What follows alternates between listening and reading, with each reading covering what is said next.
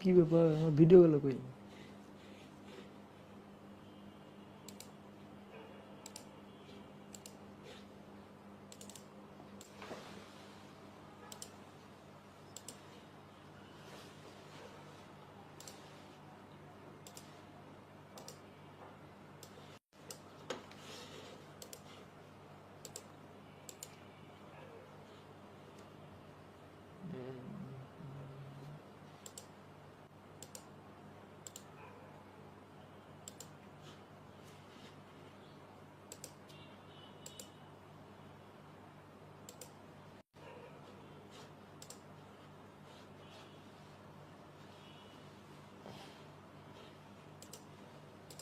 এই তোমরা দেখো তো, বোর্ড দেখতে পাচ্ছ?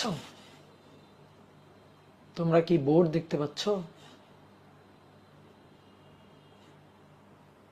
আচ্ছা আচ্ছা, ওকে।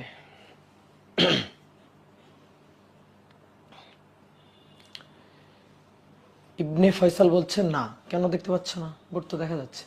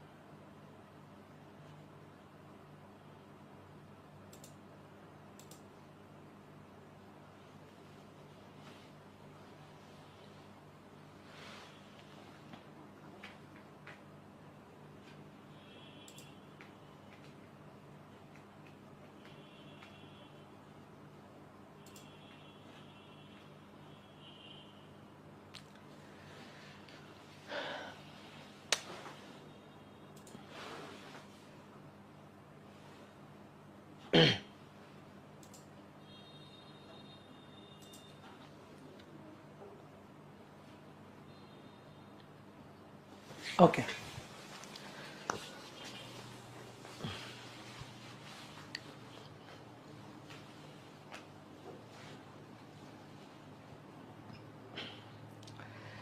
তাহলে সবাই ভালো আছো, তাই তো?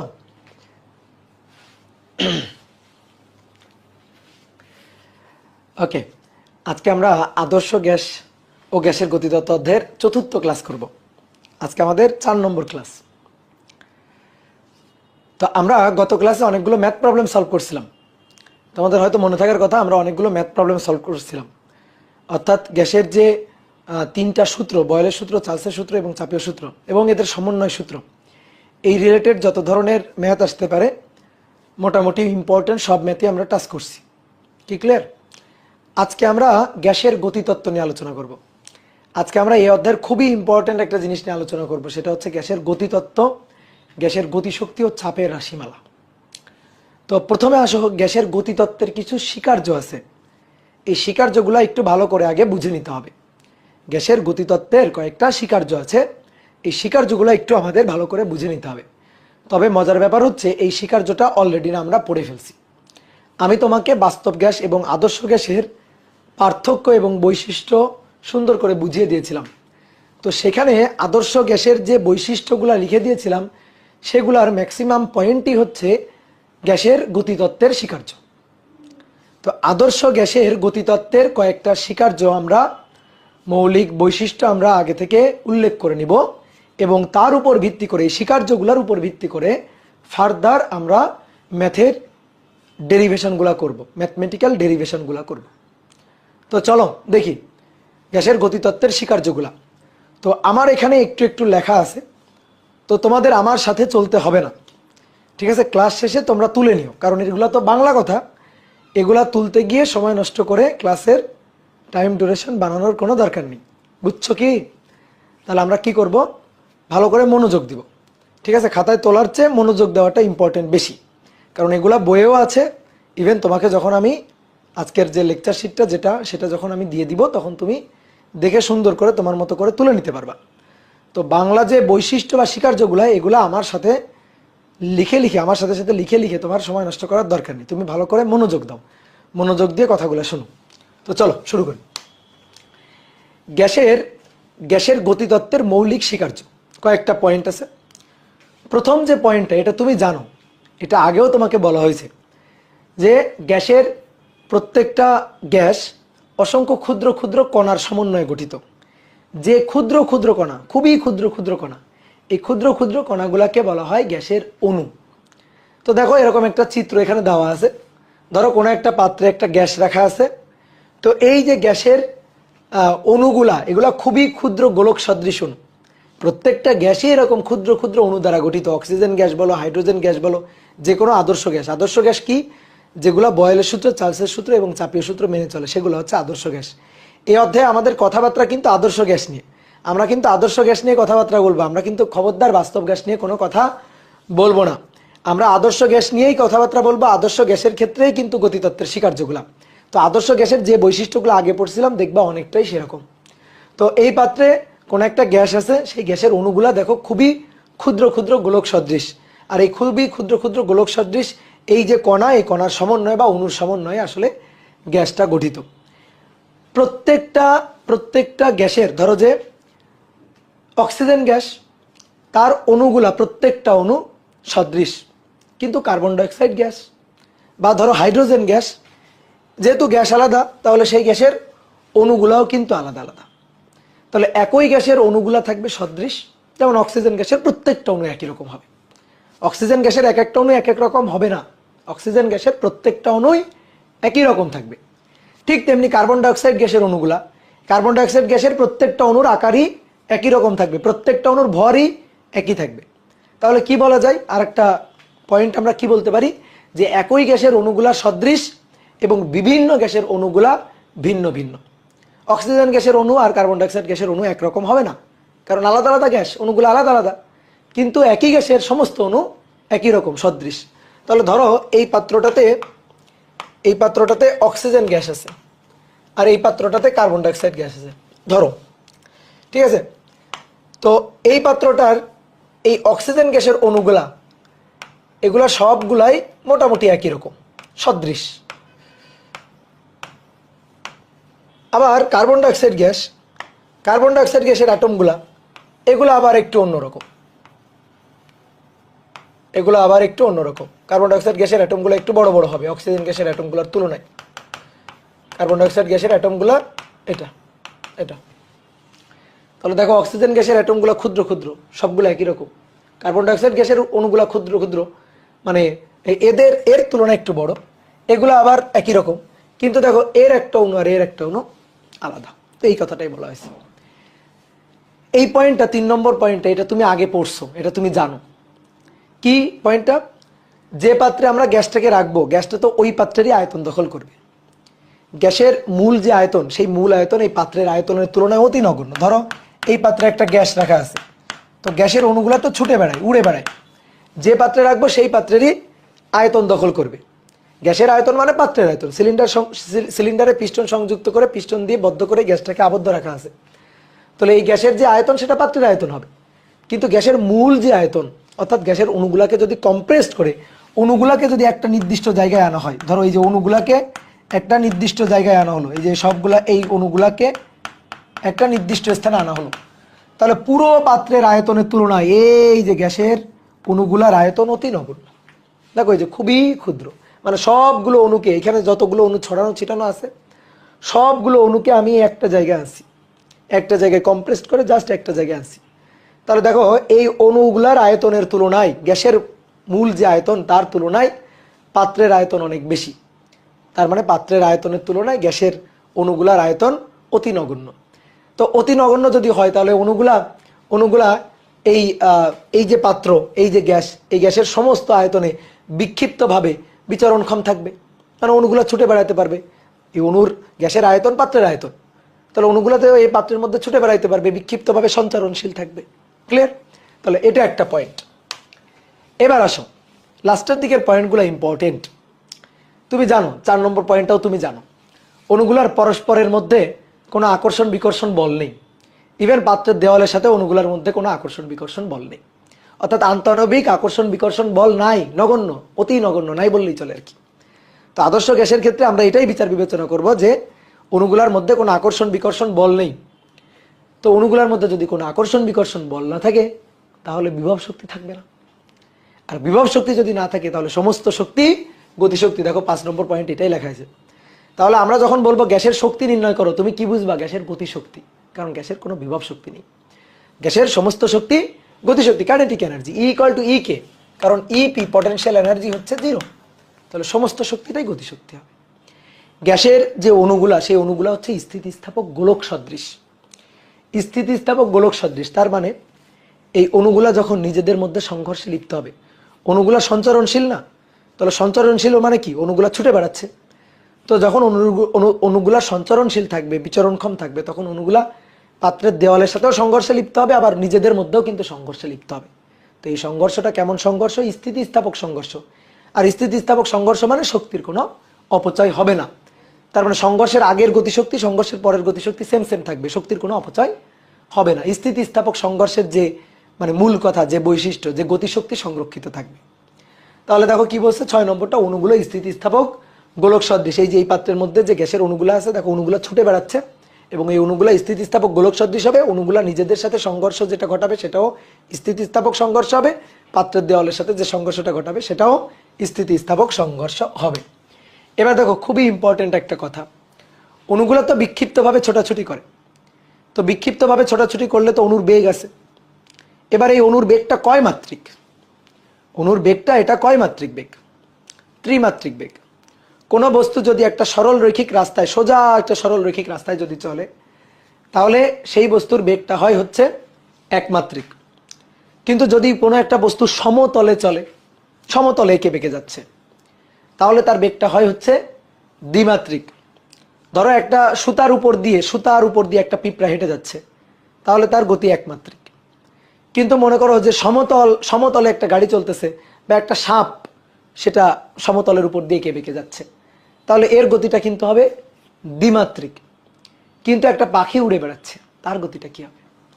তার গতিটা হবে ত্রিমাত্রিক। একটা পাখি উড়লে এক্স অক্ষ, ওয়াই অক্ষ, জেড অক্ষ, 3টে অক্ষ বরাবরই কিন্তু তার গতি আছে। তাহলে 3টে অক্ষ বরাবর গতি থাকলে তাকে তো ত্রিমাত্রিক গতি বলে। তাহলে পাখি ওড়ার গতি, উড়োজাহাজের গতি, এগুলা কিন্তু ত্রিমাত্রিক গতি। যেগুলো সহজ কথা, যেগুলো উড়ে বেড়াচ্ছে সেগুলো ত্রিমাত্রিক। তো গ্যাসের অণুগুলাও কিন্তু উড়ে বেড়াচ্ছে। ধরো এই পাত্রের মধ্যে যে গ্যাসের অণুগুলা রাখা আছে, এই অণুগুলা কি শুধু নির্দিষ্ট অ্যাক্সিস বরাবর, ধরো এক্স অ্যাক্সিস বা ওয়াই অ্যাক্সিস বা নির্দিষ্ট কোনো তল বরাবর গতিশীল? বিক্ষিপ্তভাবে এই পাত্রের মধ্যে ছুটে বেড়াচ্ছে অণুগুলো। তার মানে এক্স অক্ষ, ওয়াই অক্ষ, জেড অক্ষ, 3টে অক্ষ বরাবরই কিন্তু তার বেগ আছে। এই যে অণুগুলা, এই অণুগুলার বেগ, ধরো এই অণুটার বেগ হচ্ছে, অণুর বেগকে ভি দিয়ে না সি দিয়ে লেখা হয়। তাহলে আমরা এই অণুটার বেগকে বললাম C1, এই অণুটার বেগকে বললাম C2, এই অণুটার বেগকে বললাম C3, এই অণুটার বেগ ধরো C4, এই যে অণুটা, এই অণুটার বেগ ধরো C5। এভাবে যেমন ইচ্ছা তেমন ভাবে ছুটে বেড়াচ্ছে। তাহলে অণুগুলার বেগ হচ্ছে ত্রিমাত্রিক। তাহলে এর মধ্যে থেকে যে কোনো একটা অণুর কথা চিন্তা করি তো আমরা, যে কোনো একটা অণু, ধরো এম ভরের এই একটা অণু, এম ভরের এই একটা অণু, তাহলে এর যে বেগটা, এর বেগটা ত্রিমাত্রিক বেগ। ত্রিমাত্রিক বেগ ভেক্টর ফরম্যাটে আমরা বেগটাকে লিখতে চাই, ঠিক আছে? ভালো করে বুঝবা, আমরা ভেক্টর ফরম্যাটে বেগটাকে লিখতে চাই। তাহলে দেখো তো ভাইয়া, এই যে এইটা আমার এক্স অক্ষ না, এটা আমার এক্স অক্ষ, এটা ধরো ওয়াই অক্ষ, আর এই যে এটা হচ্ছে জেড অক্ষ। তাহলে এই পাত্রের মধ্যে কোনো একটা অণু উড়ে বেড়াচ্ছে, ছুটে বেড়াচ্ছে, তাহলে তার এক্স অক্ষ, ওয়াই অক্ষ, জেড অক্ষ, 3টে অক্ষ বরাবরই কিন্তু বেগের কম্পোনেন্ট থাকে। তাহলে এই বেগটা ত্রিমাত্রিক বেগ, এবং এই ত্রিমাত্রিক বেগ হওয়ার কারণে 3টে অ্যাক্সিস বরাবর, X axis, Y axis, Z axis বরাবরই কিন্তু এর বেগের কম্পোনেন্ট আছে। তাহলে এক্স অক্ষ বরাবর এর বেগের যে উপাংশটা, সেই উপাংশটাকে আমি বললাম ইউ। ওয়াই অক্ষ বরাবর বেগের যে উপাংশের মানটা, এটাকে আমি বললাম ভি, এবং জেড অক্ষ বরাবর উপাংশের যে মানটা, সেটাকে আমরা বললাম, আচ্ছা এটাকে আমি ওয়াই নিয়ে ফেলছি, ওকে সমস্যা নাই। তাহলে ধরো এটা জেড আর এটা ওয়াই, এটা ওয়াই। তাহলে জেড অক্ষ বরাবর বেগের যে উপাংশ বা কম্পোনেন্ট, তার মানটা হচ্ছে ডাব্লিউ। তাহলে এই বেগটাকে আমরা ভেক্টর ফরম্যাটে, দেখো তো ভাই এইভাবে লিখতে পারি কিনা, ভেক্টর ফরম্যাটে সি এটা equal to U I cap V J cap এবং জেড কে ক্যাপ। অনেকে বলতে পারো যে ভাই সি ইকুয়াল টু এভাবে লিখবো, X I cap Y J cap Z K cap. দেখো আমরা চাচ্ছি বেগকে ভেক্টর ফরম্যাটে লিখতে, বেগ ভেক্টরটা লিখতে চাচ্ছি। তো X I cap Y J cap Z K cap, X Y Z এ তো স্থানাঙ্ক, আর এই ভেক্টরটা যদি লিখি তাহলে তো বেগ ভেক্টর হবে না, এটা তো অবস্থান ভেক্টর হবে। বুঝতে পারছো, আমরা তো অবস্থান ভেক্টর লিখতে চাচ্ছি না, বেগ লিখতে চাচ্ছি। তো আমি ধরলাম এক্স অক্ষ বরাবর বেগের উপাংশ হচ্ছে ওয়াই, ওয়াই অক্ষ বরাবর ভি এবং জেড অক্ষ বরাবর ডাব্লিউ। তাহলে বেগ ভেক্টর সি ইকুয়াল টু হবে U I cap V J cap এবং ডাব্লিউ কে ক্যাপ। তাহলে ভেক্টর ফরম্যাটে লিখলাম। আচ্ছা বলো তাহলে এখান থেকে তুমি একটু বলো তো, এই বেগের মান দরকার আমার, বেগের মান সি এর মান দরকার। তাহলে খুবই সহজ হিসাব, সি স্কোয়ার ইকুয়াল টু বা সি ইকুয়াল টু, প্রথমে সি ইকুয়াল টু লিখি। তাহলে C equal to root over U square plus V square plus Z square, sorry Z লিখে ফেলছি, সরি সরি সরি সরি, এখানে ডাব্লু হবে, সরি। ওকে, তাহলে এটা হচ্ছে W square, W square. Okay done. তাহলে এখান থেকে আমরা মান বের করব, বেগের মান, এই যে ভেক্টর হিসাব করছি আর কিচ্ছু না। ত্রিমাত্রিক বেগ থেকে আমরা বেগের মানটা বের করছি, ভেক্টর ফরম্যাট থেকে আমরা বেগের মানটা বের করছি। কি ক্লিয়ার? তাহলে সি স্কোয়ার ইকুয়াল টু, দেখো এখানে লেখা যায় কিনা, C square equal to U square plus V square plus W square. এবার একটা খুব ইম্পর্টেন্ট কথা, ইম্পর্টেন্ট কথাটা হচ্ছে যে এই যে বেগের কম্পোনেন্ট এক্স অক্ষ বরাবর ওয়াই অক্ষ বরাবর জেড অক্ষ বরাবর, এই যে বেগের কম্পোনেন্ট, এই বেগের কম্পোনেন্টের বর্গের মানে বেগের বর্গের গড় মানটা এটা তিনটে অক্ষ বরাবরই সমান প্রায়। কি বললাম তাহলে? বেগের বর্গের গড় মান তিনটে অক্ষ বরাবর, তিনটা অক্ষ বরাবর বেগের বর্গের গড় মান সমান। তার মানে কি দাঁড়াইলো? ইউ স্কোয়ার এক্স অক্ষ বরাবর বেগের উপাংশ তার বর্গ, গড় করতে হবে, তাহলে গড় মিন, উপরে বার চিহ্ন দিলে গড় বোঝায়, জানো না? ঠিক তো? তারপরে ভি হচ্ছে ওয়াই অক্ষ বরাবর বেগ, তার বর্গ, উপরে গড় চিহ্ন দিলাম, বার গড় মান, এবং ডাব্লু স্কোয়ার গড় মান, অর্থাৎ এক্স অক্ষ ওয়াই অক্ষ জেড অক্ষ বরাবর বেগের এই যে কম্পোনেন্ট, সেই বেগের কম্পোনেন্ট বেগের যে উপাংশ, উপাংশ যে মান তার বর্গের গড় মানটা প্রায় সমান। মানে মোটামুটি এখানে সবগুলো অণুর ক্ষেত্রে এই গড় মানটা, বেগের বর্গের গড় মানটা তিনটে অক্ষ বরাবরই সমান, মানে জেড অক্ষ বরাবর ওয়াই অক্ষ বরাবর এক্স অক্ষ বরাবর সমান, কোনো অক্ষ বরাবর বেশি বা কম না। এটা তো খুবই কমন সেন্স, এটাই তো হওয়া উচিত। একটা অণু, এখানে যে গ্যাসের যে অণুগুলো আছে এগুলো তো বিক্ষিপ্তভাবে ছোটাছুটি করতেছে, কোনো নির্দিষ্ট একটা অ্যাক্সিস বরাবর তাড়িত হচ্ছে। ধরো আমি এমন এমন কিছু করলাম যে অণুগুলো এক্স অক্ষ বরাবর ছুটে চলে গেল, এমন কিছু করলাম যে অণুগুলো ওয়াই অক্ষ বরাবর বেশি বেগ নিয়ে ছুটে চলে গেল, তা তো হচ্ছে না। অণুগুলো তো স্বাধীনভাবে যেমন ইচ্ছা তেমনভাবে পাত্রের মধ্যে, পুরো পাত্রের মধ্যে, পুরো এই আয়তনটার মধ্যে ছুটে বেড়াচ্ছে। তাহলে পুরো আয়তনের মধ্যে যদি বিক্ষিপ্তভাবে সঞ্চারণশীল থাকে, তাহলে আমি বেগের তিনটে অ্যাক্সিস বরাবর কম্পোনেন্টের গড় মানটাকে সমান বলতে পারি না। কি এই কথা কি বুঝছো? এক্স অক্ষ ওয়াই অক্ষ জেড অক্ষ তিনটে অক্ষ বরাবর বেগের যে উপাংশ, সেই উপাংশের যে গড় মান বা বর্গের যে গড় মান সেটাকে আমরা সমান বলতে পারি না। তাহলে যদি এই তিনটা সমান হয়, তাহলে দেখো এইখানে একটা জিনিস আমরা লিখতে পারি, এটা তো আমরা প্রথমে বেগের বর্গ দিয়ে লিখছি, তাহলে বেগের বর্গের গড় মান, বেগের বর্গের গড় মান, বেগের বর্গের গড় মান, বেগের বর্গের গড় মান। এবার এগুলো যদি সমান সমান হয়, তাহলে দেখো তো ভাইয়া সি স্কোয়ার বার এটা equal to U square bar plus U square bar plus U square bar, মানে সবগুলোতে আমি ইউ বসাইলাম। তো সবগুলোতে ইউ বসাইলে থাকলো কি 3 ইউ স্কোয়ার বার, এটা সমান সমান হচ্ছে সি স্কোয়ার বার। কি ক্লিয়ার? তাহলে অতএব দেখো ইউ স্কোয়ার বার এটা ইকুয়াল টু 1/3 সি স্কোয়ার বার। ঠিক আছে?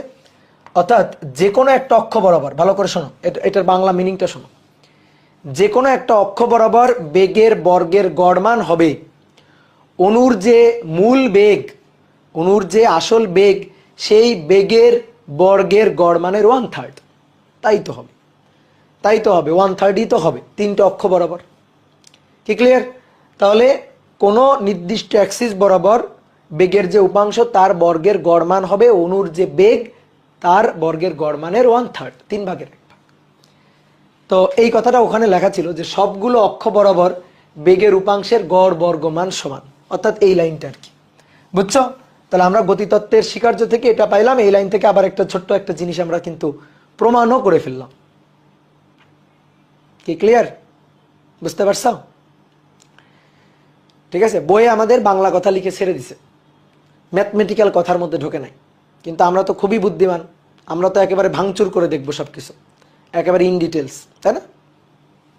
ওকে, এবার আসো নেক্সট 8 নম্বর। এগুলা তোমাদের পড়া জানা, এগুলো আগেও আমি তোমাদের পড়াইছি বা জানাইছি।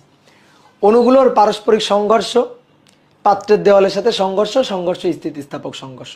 স্থিতিস্থাপক সংঘর্ষ মানে সংঘর্ষে শক্তির কোনো অপচয় হবে না। এই যে অণুগুলা পাত্রের মধ্যে ছুটে বেড়াচ্ছে, দেখো এই যে পাত্রের দেওয়ালের সাথে সংঘর্ষ হচ্ছে, নিজেদের মধ্যে সংঘর্ষ হচ্ছে। এই কন্টেনারের মধ্যে যখন গ্যাসটা আসে তখন গ্যাসের অণুগুলো ছোটাছুটি করার কারণে নিজেদের সাথে এবং পাত্রের দেওয়ালের সাথে সংঘর্ষে লিপ্ত হচ্ছে। সেই সংঘর্ষটা কেমন সংঘর্ষ? স্থিতিস্থাপক সংঘর্ষ, অর্থাৎ শক্তির কোনো অপচয় হয় না, বেগের কোনো পরিবর্তন হয় না। তাহলে স্থিতিস্থাপক সংঘর্ষ মানে দেখো, ধরো এটা হচ্ছে পাত্রের দেওয়াল, ধরো যে কন্টেনারে রাখা হয়েছে সেই কন্টেনারের দেওয়াল হচ্ছে এইটা, এটা হচ্ছে দেওয়াল। সংঘর্ষ স্থিতিস্থাপক মানে ভালো করে বুঝিও, এই একটা অণু এম ভরের একটা অণু ধরো ইউ বেগ নিয়ে এই দেওয়ালে গিয়ে ধাক্কা খাইল, ধাক্কার পরে অণুটা আবার কিন্তু ব্যাক করে ফেরত আসবে। অণুটা ব্যাক করলে বেগের মান কমবে না বাড়বে? বেগের মান কমে যাবে না বেড়ে যাবে? বলো বলো বলো বলো। বেগের মানটা কমবেও না বাড়বেও না, বেগের মানটা একই থাকবে। বেগের মানটা আগেও যদি ইউ থাকে পরবর্তীতেও ইউ থাকবে। বেগের মান যদি কমে বা বেড়ে যাইতো তাহলে তো সংঘর্ষ অস্থিতিস্থাপক হয়ে যাইতো, কিন্তু বেগের মান তো কমবে বা বাড়বে না। এই দেওয়ালের সাথে যে সংঘর্ষ হবে বা অণুগুলা নিজেদের মধ্যে যে সংঘর্ষে লিপ্ত হবে সেই সংঘর্ষ স্থিতিস্থাপক, বেগের মান অপরিবর্তিত থাকবে, সংঘর্ষের আগে পরে বেগ একই থাকবে। বুঝছো? এই দেওয়ালে ধাক্কা লাগার আগেও বেগ যদি ইউ হয়, ধাক্কা লাগার পরে যখন আবার ব্যাক করে ফেরত আসতেছে তখনও বেগটা হবে ইউ। এবং স্থিতিস্থাপক সংঘর্ষ মানে কি? যদি লম্বভাবে গিয়ে ধাক্কা লাগে ঠিক লম্বভাবে ব্যাক করে আসবে। এই হচ্ছে কথা। আর আরেকটা কথা 9 নম্বর, সেটা হচ্ছে পরপর দুটি ধাক্কার মধ্যবর্তী সময়ে অণুগুলা সরল রৈখিকভাবে কিছুটা পথ অতিক্রম করে, সরল রৈখিক পথ অতিক্রম করে। মানে ব্যাপারটা হচ্ছে ধরো এই একটা অণু, এটা আঁকার দরকার নেই, এটা আমরা পরবর্তী ক্লাসে এই 9 নম্বর যে শিকার্য, এই শিকার্যটারে আবার ভাঙচুর চালাবো পরবর্তী ক্লাসে। এই একটা অণু যাচ্ছে, গিয়ে মনে করে এই একটা অণুর সাথে ধাক্কা লাগলো, এখানে গিয়ে ধাক্কা লাগলো, ধাক্কা লাগার পরে আবার এই অণুটা এইদিকে চলে আসবে, এটা অন্য কোনো দিকে যাবে, এটা এইদিকে চলে আসবে, এসে এখানে মনে করো আর একটা অণু ছিল, সেই অণুটার সাথে আবার ধাক্কা লাগলো। তাহলে দেখো পরপর দুইটা ধাক্কার মধ্যবর্তী সময় অণুটা সরল রৈখিক কিছুটা পথ অতিক্রম করছে। এটাকে বলা হয় মুক্ত পথ, মিন ফ্রি, মানে ফ্রি পথ বলা হয়। ঠিক আছে, মুক্ত পথ। এই মুক্ত পথ থেকে আমরা গড় মুক্ত পথ মানে মিন ফ্রি পথ বের করব। তো এটা নিয়ে এখন কথাবার্তা আমি বেশি বলবো না, 9 নম্বর শিকার্যটা নিয়ে আপাতত আমি অফ। ক্লিয়ার? তো চলো এবার আসো, আমরা এখন কোন একটা পাত্রে গ্যাস, আবদ্ধ গ্যাস আছে, সেই গ্যাসের গতিশক্তি এবং চাপের রাশিমালা বের করতে চাই। তো তার জন্য আমাদের যেটা জানা লাগবে আগে থেকে, একটু যে জিনিসটা জেনে নেওয়া লাগবে সেটা হচ্ছে গ্যাসের অণুর বেগ। এই যে দেখো এই পাত্রটাতে একটা গ্যাস রাখা আছে, তাহলে গ্যাসের অণুগুলা ছুটে বেড়াচ্ছে, দেখো ছুটে বেড়াচ্ছে। তো প্রথম অণুর বেগ C1, দ্বিতীয় অণুর বেগ C2, প্রত্যেকটা অণুর বেগ কিন্তু সমান সমান হবে না, অণুগুলার বেগ কিন্তু একটু সামান্য কম বেশি হবে। ধরো কোনো একটা অণুর বেগ 3 মিটার পার সেকেন্ড, তো আর একটা অণুর বেগ 3.1 মিটার পার সেকেন্ড, কোন একটা অণুর বেগ হচ্ছে 3.2 মিটার পার সেকেন্ড, কোন একটা অণুর বেগ 3.05 মিটার পার সেকেন্ড। অর্থাৎ মোটামুটি এক একটা অণুর বেগ এক এক রকম। এর মানে আবার এইটা না যে একটা অণুর বেগ হচ্ছে 10 মিটার পার সেকেন্ড আর একটা অণুর বেগ হচ্ছে 10,000 মিটার পার সেকেন্ড, এইটা না কিন্তু। ঠিক আছে, মানে খুবই কাছাকাছি, কিন্তু মানগুলো সব একই না, তো এক একটা অণুর বেগ এক এক রকম।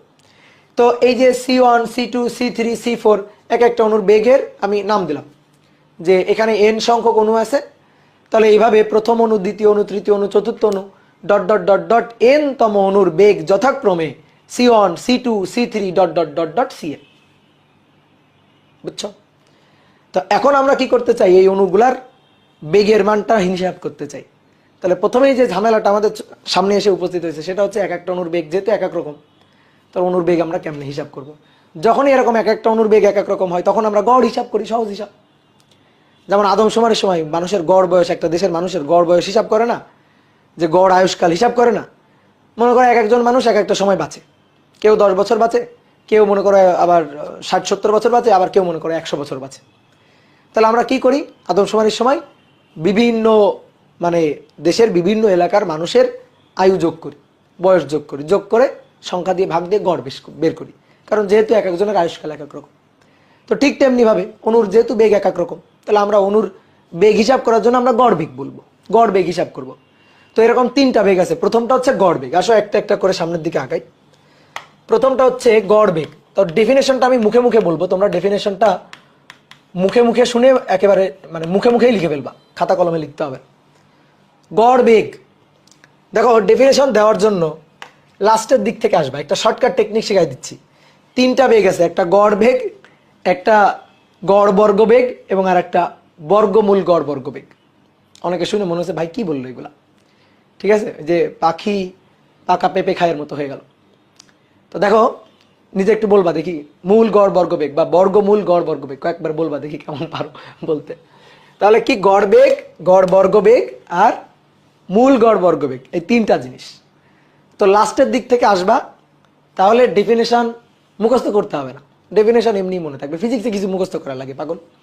আসো দেখো বেগের গড়, এই যে লাস্টের দিক থেকে আসবা, তাহলে কি পাইলাম, কোনো গ্যাসের সকল অণুর বেগের গড় মানকে গড় বেগ বলে। শেষ। কোনো গ্যাসের সকল অণুর বেগের গড় মানকে, মুখস্থ হয়েছে, ডেফিনেশন মুখস্থ হয়েছে, বেগের গড় মানকে গড় বেগ বলে। তো বেগকে আমরা সি দিয়ে লিখি, সি গড় বেগ, তাহলে সি বার।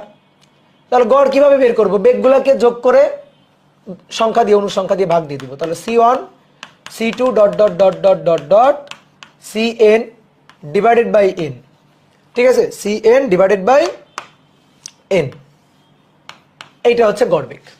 একক কি, একক হচ্ছে দেখো বেগ যোগ করে n দিয়ে ভাগ, n এর তো আর কোনো একক নেই, n তো অনুসংখ্যা, তার মানে বেগেরই একক হবে, এসআই একক হবে মিটার পার সেকেন্ড, এসআই একক হবে মিটার পার সেকেন্ড।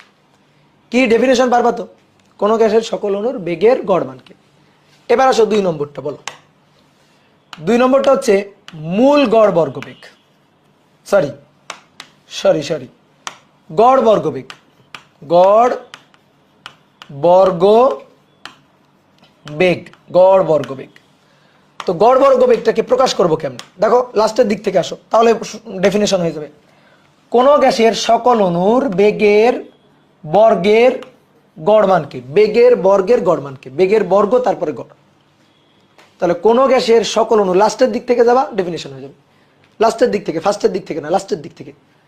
কোন গ্যাসের সকল অণুর বেগের বর্গের গড় মানকে। শেষ। কি বলে, গড় বর্গ বেগ বলে। প্রকাশ করব কিভাবে, প্রকাশ করব এভাবে, বেগ, বেগের বর্গ তারপরে গড়, বুঝলা। অনেক আহাম্মক এই কাজটা করে, বেগের, ঠিক আছে, এটা করে, এটা করলে হবে না, ভুল।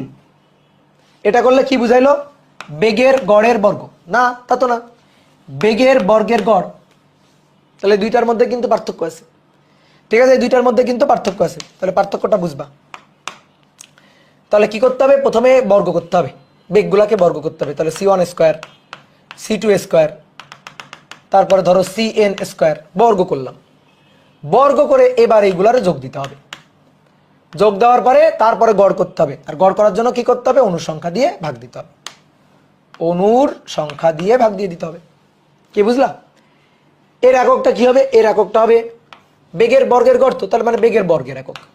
তাহলে এটারে বর্গ করে দিলে যা হয় m স্কয়ার s⁻²। এইবার কথা হচ্ছে গড় বেগ দিয়েই তো চালানো যায়, তো গড় বর্গ বেগ কেন আসলো, কেন গড় বর্গ বেগের দরকার। গড় বেগ, আমরা বেগের মান যেহেতু দেখতেছি এক একটা অণুর এক এক রকম, ওকে, তাহলে গড় মান হিসাব করবো, তাহলেই তো হবে। তাহলে আবার গড় বর্গ বেগ কেন হিসাব করা লাগলো, হ্যাঁ খুবই ইম্পর্টেন্ট প্রশ্ন, যে হ্যাঁ তাই তো, কেন গড় বর্গ বেগ হিসাব করা লাগলো। দেখো যদি এরকম হয়, ধরো কোনো একটা পাত্রে একটা গ্যাস আছে এবং তার মধ্যে ধরো দুটো অণু আছে, ইনকেস দুইটা অণু আছে, মানে আমরা চিন্তা করলাম ধরো একটা পাত্র, এই পাত্রের মধ্যে দুইটা অণু আছে, একটা অণু এই বরাবর যাইতেছে, তো এই বরাবর অণুটার বেগ হচ্ছে 2 মিটার পার সেকেন্ড, সে ধরলাম 2 মিটার পার সেকেন্ড। আর একটা অণু ঠিক উল্টা দিকে, এর ঠিক অপোজিট দিকে যাচ্ছে এবং বেগের মানটাও মনে করো যে বাই চান্স দুইটাই সমান, 2 মিটার পার সেকেন্ড।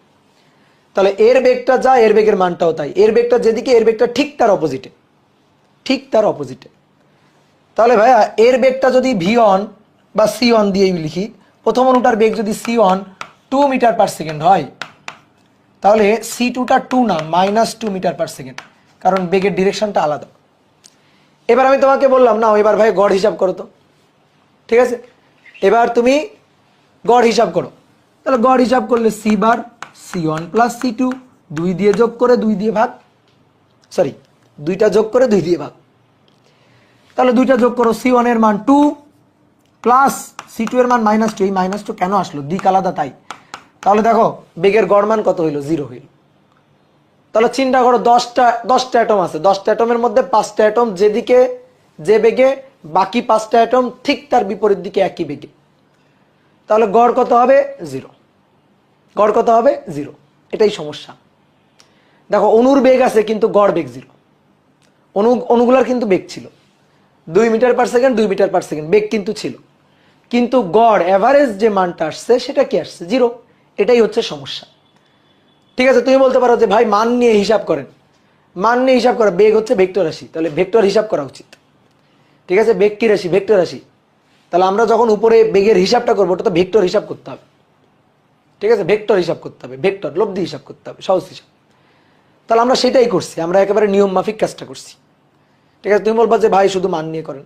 হ্যাঁ ঠিক আছে, শুধু মান নিয়ে করলে উত্তর হয়তো আসবে, কিন্তু সেটা কেমন হয়ে যাবে? একটা স্কেলার হিসাব হয়ে যাবে না, ভেক্টর হিসাব তো হবে না। বেগের হিসাব তো এভাবে করা উচিত। এর দিকটা যদি পজিটিভ ডিরেকশনে থাকে, তাহলে এর দিকটা তো নেগেটিভ ডিরেকশন। তাহলে মান সমান দিক বিপরীত হওয়ার কারণে দেখো গড় মান হয়ে যাচ্ছে 0, গড় হয়ে যাচ্ছে 0, গড় আমি পাচ্ছি না। এই কারণে আমরা কি করি? বেগের বর্গ করে ফেলি। বেগের গড় করার দরকার নেই, বেগের বর্গের গড় করবো। দেখো বেগের বর্গের গড় করলে কিন্তু এর এই ঝামেলাটা হবে না, এই ঝামেলাটা হবে না। তাহলে বেগের বর্গের গড় 2 এর বর্গ করব, আবার -2 এরও বর্গ করব। তাহলে বর্গ করে তারপরে গড় বের করব, বর্গ করে গড়। তাহলে 2 এর বর্গ 4 যোগ 4 2, তাহলে 4 যোগ 4 8, 8/2, বুঝছো? 8/2, তাহলে 8/2 কত হলো? 4। তো এটা কি বেগের গড় হলো? না, বেগের বর্গের গড় হলো, কিন্তু আমার তো দরকার বেগের গড়। তাহলে আমি কি করলাম? বেগের বর্গ করলাম, বর্গ করে গড় বের করলাম। তো এটা তো বর্গের গড় হইল, তাই না? এটা তো বর্গের গড় হইল। তো এটা তো আমার দরকার না, আমার দরকার বেগ। দেখো এর এককটা দেখো তো, মিটার স্কোয়ার, তারপরে s⁻²। তার মানে বেগের বর্গ এটা। আমার তো বেগ লাগবে, বেগটা লাগবে। তাহলে বেগের বর্গ করে গড় করো, তারপরে বর্গমূল করো, কাজ শেষ। ঠিক আছে, বেগ ছিল, এই যে বেগ ছিল, সরাসরি গড় করলে রেজাল্টটা 0 চলে আসে, বিপদ হয়ে যায়। তো বিপদ কাটানোর জন্য আমরা কি করলাম? বর্গ করে তারপরে গড় করলাম। তো বর্গ করে অন্যায় করছিলাম, পাপ করছিলাম। তাহলে এবার পাপ খণ্ডন করতে হবে কি করে? বর্গমূল করে। তাহলে এবার বর্গমূল করে দাও, তাহলে এটার বর্গমূল করে দাও। তাহলে এটার বর্গমূল করলে দেখো, বর্গমূল করলে দেখো 2 চলে আসতেছে, যেখানে এখানে 2 যোগ 2 ডিভাইডেড বাই 2, 2ই আসার কথা ছিল, দেখো সেই 2টা কিন্তু চলে আসছে। তাহলে এই কাজটা আমরা করতে পারি, বেগের বর্গের গড় করে তারপর আবার বর্গমূল। তো আগে আমরা একটু বেগের বর্গের গড়টা শিখি, তারপরে 3 নম্বরটা বেগের বর্গের গড় মানের বর্গমূলটা শিখব। বুঝতে পারছো কি? বলো, বুঝাইতে পারলাম? তাহলে এই জিনিসটা মাথায় রাখি। তাহলে দেখো বেগের বর্গের গড় মান। এবার 3 নম্বরটা, আমার তো এটা লাগবে না, আমার তো লাগবে বেগের বর্গের গড় মানের আবার বর্গমূল। আমার তো বেগের বর্গ দরকার নেই, আমার দরকার বেগ, মিটার পার সেকেন্ড দরকার, metre square per second square দরকার নেই। তাহলে এইটারে রুট করে দাও, এই যে রুট। তাহলে ওটা আমরা পরের লাইনে করি। তাহলে 3 নম্বর দেখো, মূল গড় বর্গবেগ বা বর্গমূল গড় বর্গবেগ। এই যে বর্গমূল গড় বর্গ বেগ, কেউ কেউ এটারে শুধু মূল গড় বর্গবেগও বলে, মূল গড় বর্গবেগও বলে। তাহলে মূল গড় বর্গবেগ সি। বেগের, দেখো ভালো করে শোনো, বেগের বর্গের গড় মানের বর্গমূলকে বর্গমূল গড় বর্গবেগ বা মূল গড় বর্গবেগ, বেগের বর্গের গড় মানের এই যে বর্গমূলকে, এইটারে বলা হয় সিআরএমএস। সিআরএমএস, ঠিক আছে? অনেক জায়গায় তোমরা শুনছো সিআরএমএস বা বেগের আরএমএস ভ্যালু। তো এইটাই সেই আরএমএস। আরএমএস লাস্টের দিক থেকে আসো, স্কয়ার মিন মানে গড়, দেন তারপরে রুট। তাহলে স্কয়ার মিন রুট, তাহলে মূল গড় বর্গবেগ প্রথমে স্কয়ার করতে হবে, তারপরে মিন গড় করতে হবে, তারপরে রুট করতে হবে, লাস্টের দিক থেকে আসবে। তাহলে ডেফিনেশন মুখস্থ টুখস্থ কিচ্ছু করা লাগবে না। তাহলে আসো, তাহলে বেগের বর্গ করব, তারপরে গড় করব, তারপরে বর্গমূল করব। তাহলে এর এককটা কি হবে? এককটা কিন্তু হবে মিটার পার সেকেন্ড।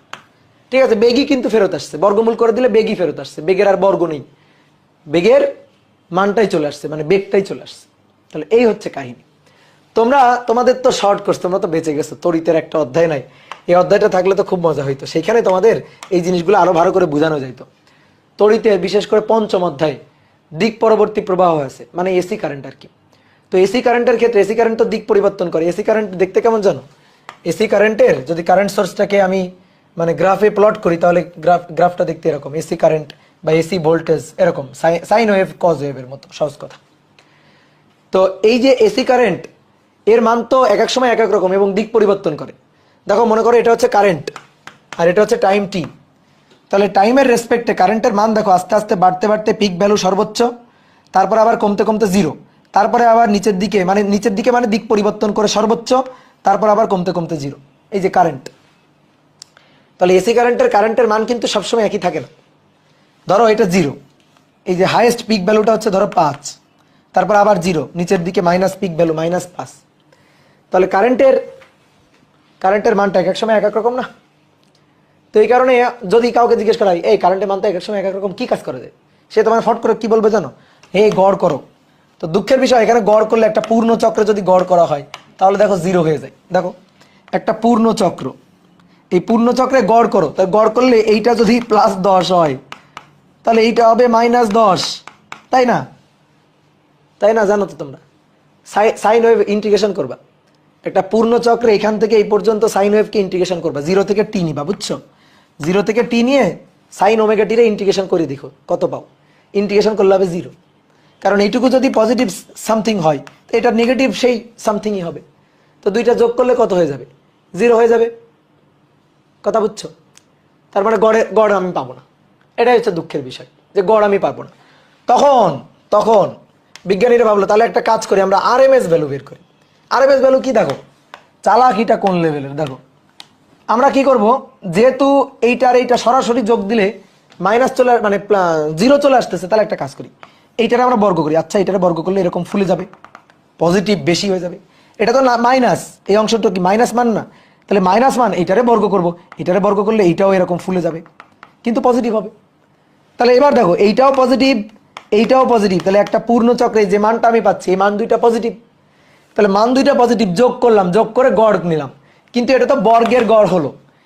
এটা ধরো কারেন্ট আই, তাহলে এটা আই স্কোয়ার, তো এটা তো আই স্কোয়ারের গড় হলো।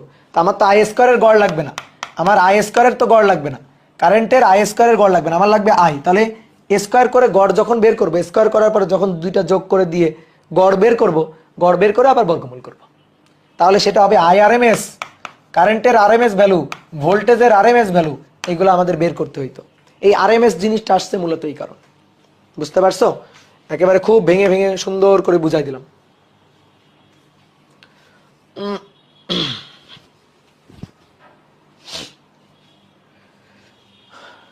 কি বুঝতে পারছো নাকি ঘুমাই গেছো? বলো।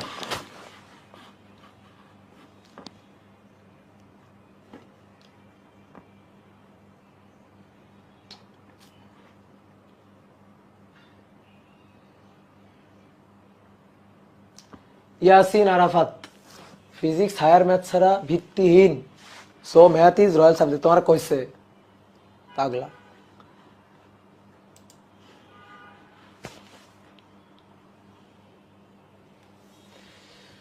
খুব প্রবলেম হচ্ছে ভাই, সাউন্ড প্রবলেম হচ্ছে। কি বলো কি বলো এগুলা? সাউন্ড প্রবলেম দাদা, সাউন্ড খুব প্রবলেম হচ্ছে শুরু থেকেই। দাঁড়াও তো দেখি, ওই ব্যাপে কালকে ওরা বললো সাউন্ড প্রবলেম হচ্ছে, দাঁড়াও।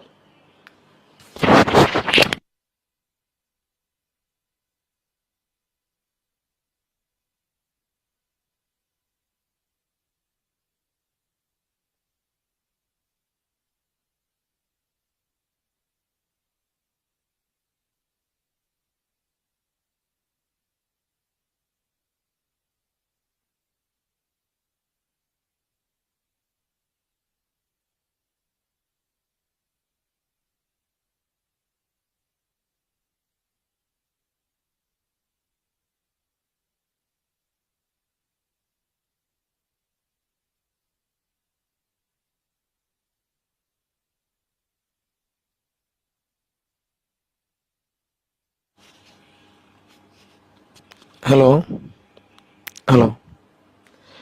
এইবার দেখো তো সাউন্ডটা ঠিক আছে কিনা।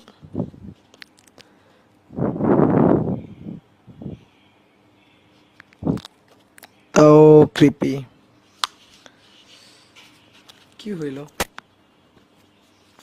সাউন্ডের হঠাৎ করে। আশা খাতুন বলছে ছুটি দিয়ে দেন। আই পাগল, ছুটি দেওয়া যাবে না, পড়াশোনা করতে হবে। কেটে কেটে আসছে, এখনো কি কেটে কেটে আসছে?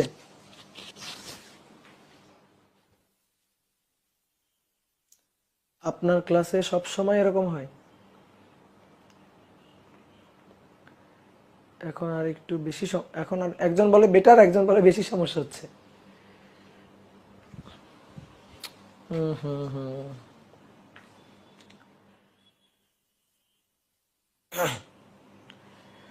দেখো তো ওয়েব অ্যাপের গুলা দেখো তো, এখনো খুব প্রবলেম, মনে হচ্ছে ভূত কথা বলছে। আপনার গলা ভাঙা লাগতেছে, প্রবলেম হচ্ছে তো।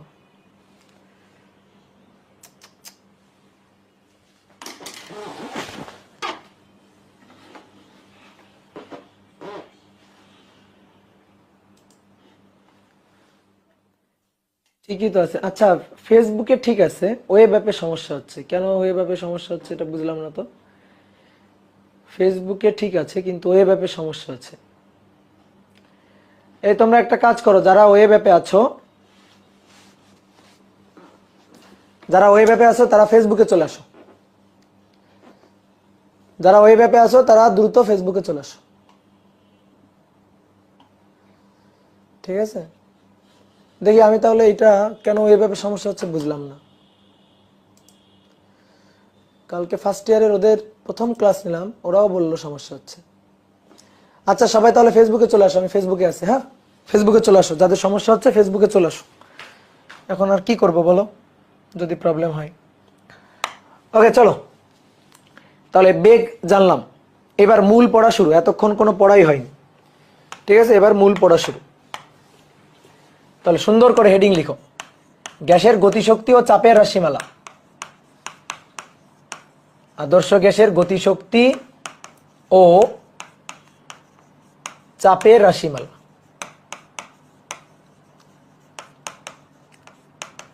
কোন একটা পাত্রে ধরো আদর্শ গ্যাস আবদ্ধ রাখা আছে, তাহলে আদর্শ গ্যাস যদি আবদ্ধ, পিস্টন দিয়ে যদি আবদ্ধ রাখা হয়, তাহলে গ্যাসের একটা প্রেসার আছে, চাপ আছে। তো আমরা সেই চাপের রাশিমালাটা বের করব, আমরা চাপের রাশিমালাটা বের করব। তো ধরো আলোচনা সুবিধার জন্য আমরা একটা ঘনক আকৃতির পাত্র ধরে নিচ্ছি। ঘনক আঁকা খুবই সহজ, এরকম একটা বর্গপৃষ্ঠ আঁকবা, তারপরে ওইটারে কপি পেস্ট করে একটু নিচে আঁকবা এবং কৌণিক বিন্দুগুলো জুড়ে দিবা, তাহলে সুন্দর একটা ঘনক হয়ে যাবে। এই দেখো সুন্দর একটা ঘনক এঁকে ফেলছি। এবার এই ঘনকের মধ্যে, এই ঘনক আকৃতির এই পাত্রের মধ্যে একটা আদর্শ গ্যাস আবদ্ধ রাখা আছে। এগুলা হচ্ছে আদর্শ গ্যাসের অণুগুলা। এই অণুগুলা এই পাত্রের মধ্যে ইতস্ততভাবে গতিশীল। এখন আমি ধরে নিলাম যে এই পাত্রের ধারের দৈর্ঘ্য, মানে বাহুর দৈর্ঘ্য আর কি, এই বাহুর দৈর্ঘ্যটা হচ্ছে ছোট হাতের এল। তাহলে ভাই বলো তো এই পাত্রের আয়তন কত? এই পাত্রের আয়তন, পাত্রের ধারের দৈর্ঘ্য হচ্ছে এল, তাহলে পাত্রের আয়তন হচ্ছে এল কিউব, দৈর্ঘ্য গুণ প্রস্থ গুণ উচ্চতা। এই ঘনকের প্রত্যেকটা বাহুর দৈর্ঘ্য এল, তাহলে আয়তন এল কিউব, দৈর্ঘ্য গুণ প্রস্থ গুণ উচ্চতা। তো এটা পাত্রের আয়তন। এবার কথা হচ্ছে এটা পাত্রের আয়তন মানেই তো গ্যাসের আয়তন। গ্যাসের কি নির্দিষ্ট কোনো আকার আয়তন আছে? নাই। তো যে পাত্রে রাখা হবে সেই পাত্রের আয়তন দখল করবে। তাহলে এখানে এর মধ্যে যে আদর্শ গ্যাসটা আছে সেই গ্যাসটা পুরো পাত্রের মধ্যে তো ছুটে বেড়াচ্ছে, তাহলে গ্যাসের আয়তন পাত্রের আয়তনের সমান। তাহলে এটা আলটিমেটলি গ্যাসের আয়তন পাত্রেরও আয়তন। এবার আসো ধরি এর মধ্যে যে গ্যাসটা রাখা আছে সেই গ্যাসের প্রতিটি অণুর ভর, প্রতিটি অণুর ভর, একটা নির্দিষ্ট গ্যাস রাখা আছে, তাহলে প্রতিটি অণুর ভর সেম, এবং সেই প্রতিটি অণুর ভর ধরলাম ছোট হাতের এম। এবং এই পাত্রের মধ্যে যে পরিমাণ গ্যাস আছে তার জন্য মোট অণুর সংখ্যা, মোট অ্যাটম নাম্বার, সেটা হচ্ছে ক্যাপিটাল লেটারে। তাহলে আমি যদি এখন তোমাকে জিজ্ঞেস করি, বলো তো এই পাত্রের মধ্যে যে গ্যাসটা আছে সেই গ্যাসের মোট ভরটা কত? তাহলে এই পাত্রের মধ্যে যে গ্যাসটা আছে সেই গ্যাসের মোট ভর, মোট ভর ক্যাপিটাল লেটার এম, এটা equal to M into M, ছোট হাতের M into capital letter M. ঐকিক নিয়ম, একটা অণুর ভর ছোট হাতের এম, অতএব এন সংখ্যক অণুর ভর, ক্যাপিটাল লেটার এন সংখ্যক অণুর ভর, তাহলে ছোট হাতের M into capital letter N, তাহলে মোট আয়তন মোট ভরটা পাওয়া যাবে। সেই মোট ভরটা হচ্ছে ক্যাপিটাল লেটার এম। কি ক্লিয়ার? মোট ভরটা বের করলাম, একটা অণুর ভর মোট অণুর সংখ্যা দিয়ে গুণ দিলাম, মোট ভর পেয়ে গেলাম। এবার আসো আমরা আমাদের টার্গেট কি? আমাদের টার্গেট হচ্ছে এই পাত্রের মধ্যে যে গ্যাসটা আবদ্ধ রাখা আছে সেই গ্যাসের প্রেসারটা বের করা, চাপ বের করা। তো চাপ আমরা বের করবো একেবারে নিউটনিয়ান মেকানিক্স থেকে। এই যে আদর্শ গ্যাসের অণুগুলো, এগুলা নিউটনের গতিসূত্র মানে, এগুলা স্থিতিস্থাপক গোলক সদৃশ, গোলকগুলা ছুটে বেড়াচ্ছে। তো ছুটে বেড়ালে অবশ্যই পাত্রের দেওয়ালের সাথে ধাক্কা লাগবে। পাত্রের দেওয়ালের সাথে যখন ধাক্কা লাগবে তখন এর ভর বেগের পরিবর্তন হবে। আমরা ভরবেগের পরিবর্তনের হার এটা সমান সমান জানি যে প্রযুক্ত বল। আমি তোমার কি বললাম? আমার লাগবে চাপ। আমি চাই এই পাত্রের মধ্যে যে গ্যাসটা আবদ্ধ রাখা আছে সেই গ্যাসের চাপের রাশিমালা বের করতে। তো চাপের জন্মটা হবে কোত্থেকে? কেন এই পাত্রের মধ্যে যে গ্যাসটা আবদ্ধ রাখা হয়েছে সেই গ্যাসটা কেন পাত্রের উপর চাপ প্রয়োগ করবে? কেন গ্যাসের চাপ থাকবে? চাপ থাকবে গতির কারণে, বেগের কারণে। অণুগুলার বেগ আছে না, অণুগুলা ছুটে বেড়াচ্ছে না, নাকি অণুগুলা স্থির? অণুগুলা যদি স্থির থাকতো তাহলে কিন্তু কোনো চাপ হইতো না, কিন্তু অণুগুলা তো গতিশীল। গতিশীল হওয়ার কারণেই চাপের সৃষ্টি হবে। কেন? গতিশীল হওয়ার কারণে অণুগুলা ছুটে বেড়াবে, আর ছুটে বেড়ালে পাত্রের দেওয়ালের উপর গিয়ে ধাক্কা দিবে। আর পাত্রের দেওয়ালের উপর যখন ধাক্কা দিবে তখন এই ধাক্কার কারণে ভরবেগের পরিবর্তন হবে, ধাক্কার কারণে বল প্রযুক্ত করবে। আর এই বল প্রযুক্ত হচ্ছে ভরবেগের পরিবর্তনের কারণে, অণুর ভরবেগের পরিবর্তন হবে। মানে প্রযুক্ত বল কোথায় পাবো? নিউটনের লতে পাবো, নিউটনের সেকেন্ড ল, যে প্রযুক্ত বল হচ্ছে ভরবেগের পরিবর্তনের হার। তাহলে নিউটনের সেকেন্ড ল থেকে আমরা প্রযুক্ত বলটা পাবো। এবার একক ক্ষেত্রফলে প্রযুক্ত বলটাই হচ্ছে চাপ। তো এই দেওয়ালের উপর, এই পাত্রের যে দেওয়াল, তল, এই তলের উপর গিয়ে যখন ধাক্কা দিচ্ছে তখন তলের উপর বল প্রযুক্ত করতেছে। তাহলে সেই প্রযুক্ত বলের মানটা হিসাব করে তলের ক্ষেত্রফল দিয়ে ভাগ দিয়ে দিবা। তো তলের ক্ষেত্রফল দিয়ে ভাগ দিলেই আমরা পেয়ে যাব চাপ। কারণ একক আয়তনে প্রযুক্ত বলকে বলা হয়, সরি একক ক্ষেত্রফলে প্রযুক্ত বলকেই বলা হয় হচ্ছে চাপ। কি ক্লিয়ার? তাহলে আমাদের কাজ এখন চাপের হিসাব করা। তাহলে চাপের হিসাব করতে গেলে বল লাগবে, আর বলের জন্য ভরবেগের পরিবর্তনের হার লাগবে, একেবারে নিউটনিয়ান মেকানিক্স। তাহলে আসো দেখো, এই যে অণুগুলা, এই অণুগুলা তো স্থির না, অণুগুলা গতিশীল। তাহলে ধরো এর মধ্যে থেকে একটা অণুকে আমরা তুলে নিই, যে একটা অণু ধরলাম, সেই একটা অণু তার ভর হচ্ছে এম, এবং সেই একটা অণুর বেগ হচ্ছে ধরো C1। ধরো একটা অণু, প্রথম অণু, তার বেগ হচ্ছে C1, দ্বিতীয় অণু হলে তার বেগ C2, তৃতীয় অণু হলে তার বেগ C3, dot dot dot dot n তম অণু হলে তার বেগ হবে Cn। তাহলে এই যে অণুটা, এই অণুটার বেগ C1, এটাকে যদি ভেক্টর ফরম্যাটে লেখা হয় তাহলে C1 ভেক্টর এটা equal two U1 i cap, বুঝছো? তাহলে এর x অক্ষ বরাবর বেগের উপাংশ বা কম্পোনেন্ট হবে U1, y অক্ষ বরাবর বেগের উপাংশ বা কম্পোনেন্ট হবে V1, আর z অক্ষ বরাবর বেগের উপাংশ বা কম্পোনেন্ট হবে W1, ত্রিমাত্রিক বেগ। তাহলে C1 এটা equal two U1 i cap plus V1 j cap plus W1 k cap. ঠিক আছে? তাহলে এইখান থেকে আমরা কি বলতে পারি? C1 স্কয়ার এটা equal two U1 square V1 square W1 square. গ্যাসের গতিতত্ত্বে একটু আগে আমরা লিখে আসছিলাম যে কোনো অক্ষ বরাবর বেগের যে উপাংশের মান তার বর্গের গড় মানটা সমান। তাহলে তার বর্গের গড় মানটা যদি সমান হয়, তার মানে U1 স্কয়ার তার গড় মান, V1 স্কয়ার তার গড় মান, সবই সমান। তাহলে এইখানে আমরা এই যে সবগুলাকে U1 স্কয়ার লিখে দিলাম, এই যে সবগুলাকে U1 স্কয়ার তার গড় এটা লিখে দিলাম। তাহলে এখানে আমরা পাবো C1 স্কয়ার এবং তার গড়। তাহলে কি হচ্ছে? C1 স্কয়ার এটা সমান সমান 3U1 স্কয়ার। তাহলে অতএব U1 স্কয়ার এটা ইকুয়াল টু 1/3 C1 স্কয়ার। দেখো এই হিসাবটা আগেই করে আসছিলাম, গ্যাসের গতিতত্ত্বের শিকার্যের ওখানেই এই হিসাবটা করে আসছিলাম আমরা। তাহলে এটা আপাতত লেখা থাক, দেখি এটা আমাদের পরবর্তীতে কোনো কাজে লাগতে পারে। যেহেতু গ্যাসের অণুর বেগ ত্রিমাত্রিক, তো সেই ত্রিমাত্রিক বেগের কারণে আমরা আদর্শ গ্যাসের গতিতত্ত্বের যে শিকার্য, সেই শিকার্য থেকে কিন্তু এই জিনিসটা পাইলাম। কি কথা বুঝছো? সেই শিকার্য থেকে এই জিনিসটা পাইলাম। এবার আমাদের টার্গেট হচ্ছে চাপের রাশিমালা হিসাব করা। তাহলে আসো এবার চাপের রাশিমালা হিসাব করব। তাহলে এর মধ্য থেকে একটা অণুর কথাই চিন্তা করি, এই যে এই অণুটার কথাই চিন্তা করি। ধরি এই যে অণুটা, এই অণুটার ভর m এবং সে x অক্ষ বরাবর U1 বেগ নিয়ে গতিশীল ধরলাম। তাহলে U1 বেগ নিয়ে গতিশীল। তাহলে m1 ভরের অণুর এক্স অক্ষ বরাবর, এক্স অক্ষের ধনাত্মক দিক বরাবর, এক্স অক্ষ বরাবর বেগের কম্পোনেন্ট বা বেগ হচ্ছে u1। ঠিক আছে, তাহলে দেখো তো ভরবেগের পরিবর্তনটা কিভাবে হবে, খুব ভালো করে খেয়াল করবা। এটা হচ্ছে দেওয়াল, কোন দেওয়ালটা? এই যে এই দেওয়ালটা, এই যে এই দেওয়ালটা। তো আমি এই দেওয়ালটাকে এখানে একটু আঁকি।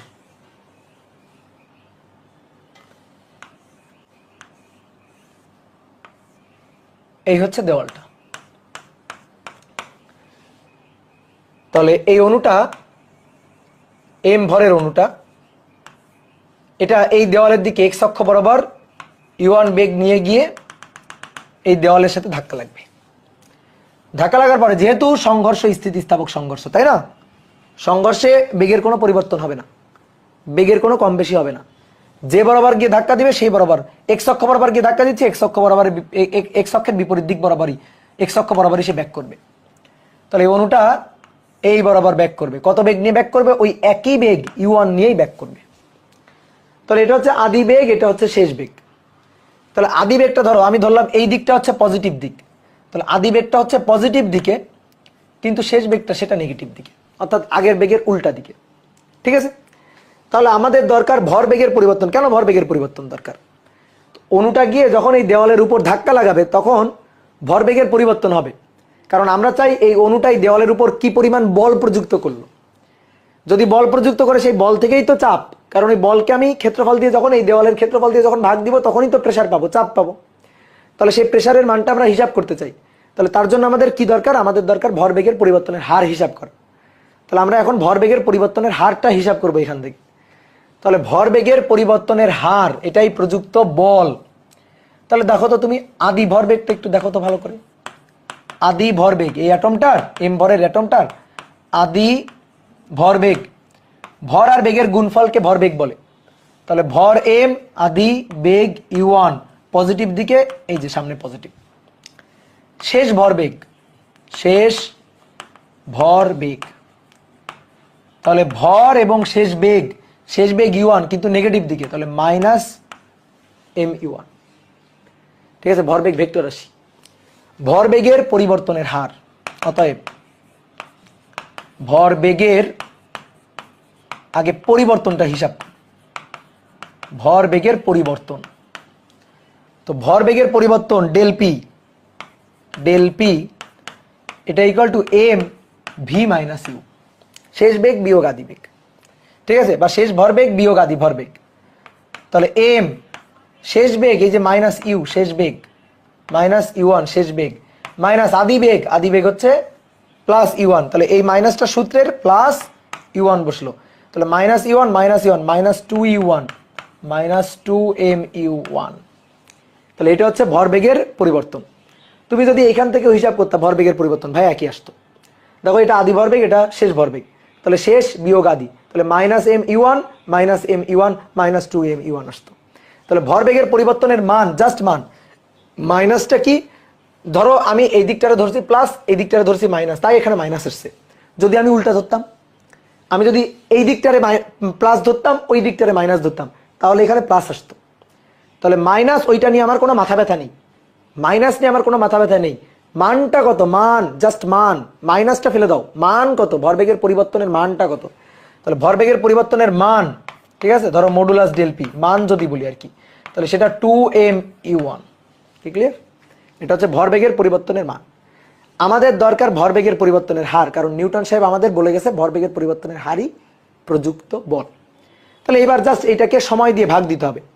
কোন সময় দিয়ে ভাগ দিতে হবে? যে সময় আর কি ভরবেগের পরিবর্তনটা ঘটে সেই সময়টা দিয়ে ভাগ দিতে হবে। তাহলে চলো এবার ভরবেগের পরিবর্তনের হার প্রযুক্ত বল লিখি। প্রযুক্ত বল এফ, এটা সমান সমান ভরবেগের পরিবর্তনের হার, ভরবেগের পরিবর্তনের হার। তাহলে 2mu1 ভরবেগের পরিবর্তন, হার মানে ডিভাইডেড বাই সময়। তাহলে এখানে যে টাইমটা বসবে, এই টাইমটা হচ্ছে সেই টাইমটা যে টাইমে ভরবেগের পরিবর্তনটা ঘটে, টি। ভরবেগের অর্জন বা বর্জনের সময়, সহজ কথা, ভরবেগের পরিবর্তনের সময়,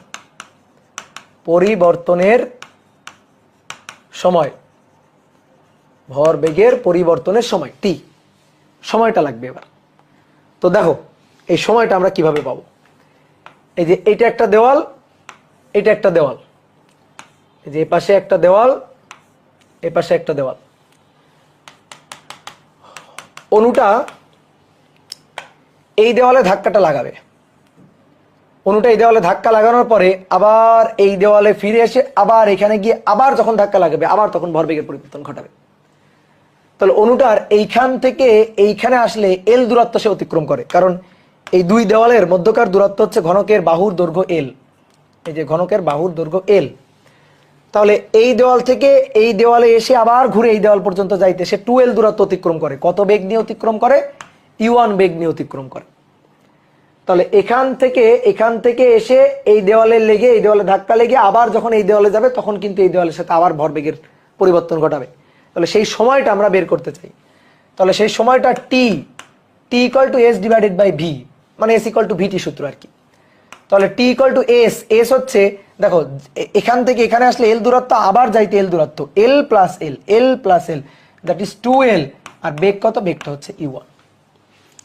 এবার দেখো এখানে একটু ঝামেলা আছে, এখানে একটু নর্মালি কনফিউশন ক্রিয়েট হয় যে ভাই আমরা ছোটবেলায় শিখছি বা নিউটনের মেকানিক্সে শিখছি, এখানে যে সময়টা হবে সেই সময়টা হচ্ছে ভরবেগের পরিবর্তন ঘটতে যে সময়, ঠিক আছে, তাৎক্ষণিক খুবই ক্ষুদ্র সময়। যখন একটা বল ধরো আমি ধরে এভাবে ছুড়ে দিছি, দেওয়ালে গিয়ে ধাক্কা লেগে ব্যাক করে ফেরত আসছে, তাহলে ভরবেগের পরিবর্তন যেটা ঘটবে সেটা হচ্ছে ওই দেওয়ালের সাথে গিয়ে যখন বলটা ধাক্কা দিছে সেই যে ক্ষুদ্র সময়টা যতক্ষণ আর কি সংস্পর্শে ছিল সেই সময় কিন্তু ভরবেগের পরিবর্তনটা ঘটছে। দেওয়ালের সাথে যতক্ষণ বলটা সংস্পর্শে ছিল সেই সময় কিন্তু ভরবেগের পরিবর্তনটা ঘটছে। তাহলে হওয়া উচিত সেই তাৎক্ষণিক খুবই ক্ষুদ্র সময়টা। কিন্তু ব্যাপারটা হচ্ছে গ্যাসের ক্ষেত্রে চিন্তা করো, গ্যাসের ক্ষেত্রে যে অণুগুলা আছে এই অণুগুলা এই পাত্রের উপর গিয়ে ধাক্কা দিয়ে আবার ব্যাক করে ফেরত আসতেছে।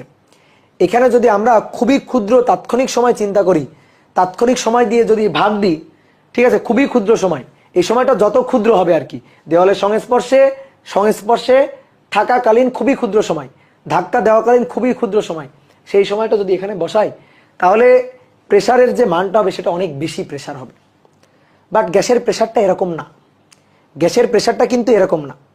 এই অণুগুলা পাত্রের মধ্যে দেওয়ালের মানে এই যে পাত্রটা গ্যাসের যে টোটাল যে আয়তনটা, এই আয়তনের মধ্যে অণুগুলা ইতস্ততভাবে গতিশীল। পাত্রের দেওয়ালের সাথে সকল অণুগুলা একসাথে গিয়ে একযোগে ধাক্কা দিচ্ছে, ব্যাপারটা এরকম না।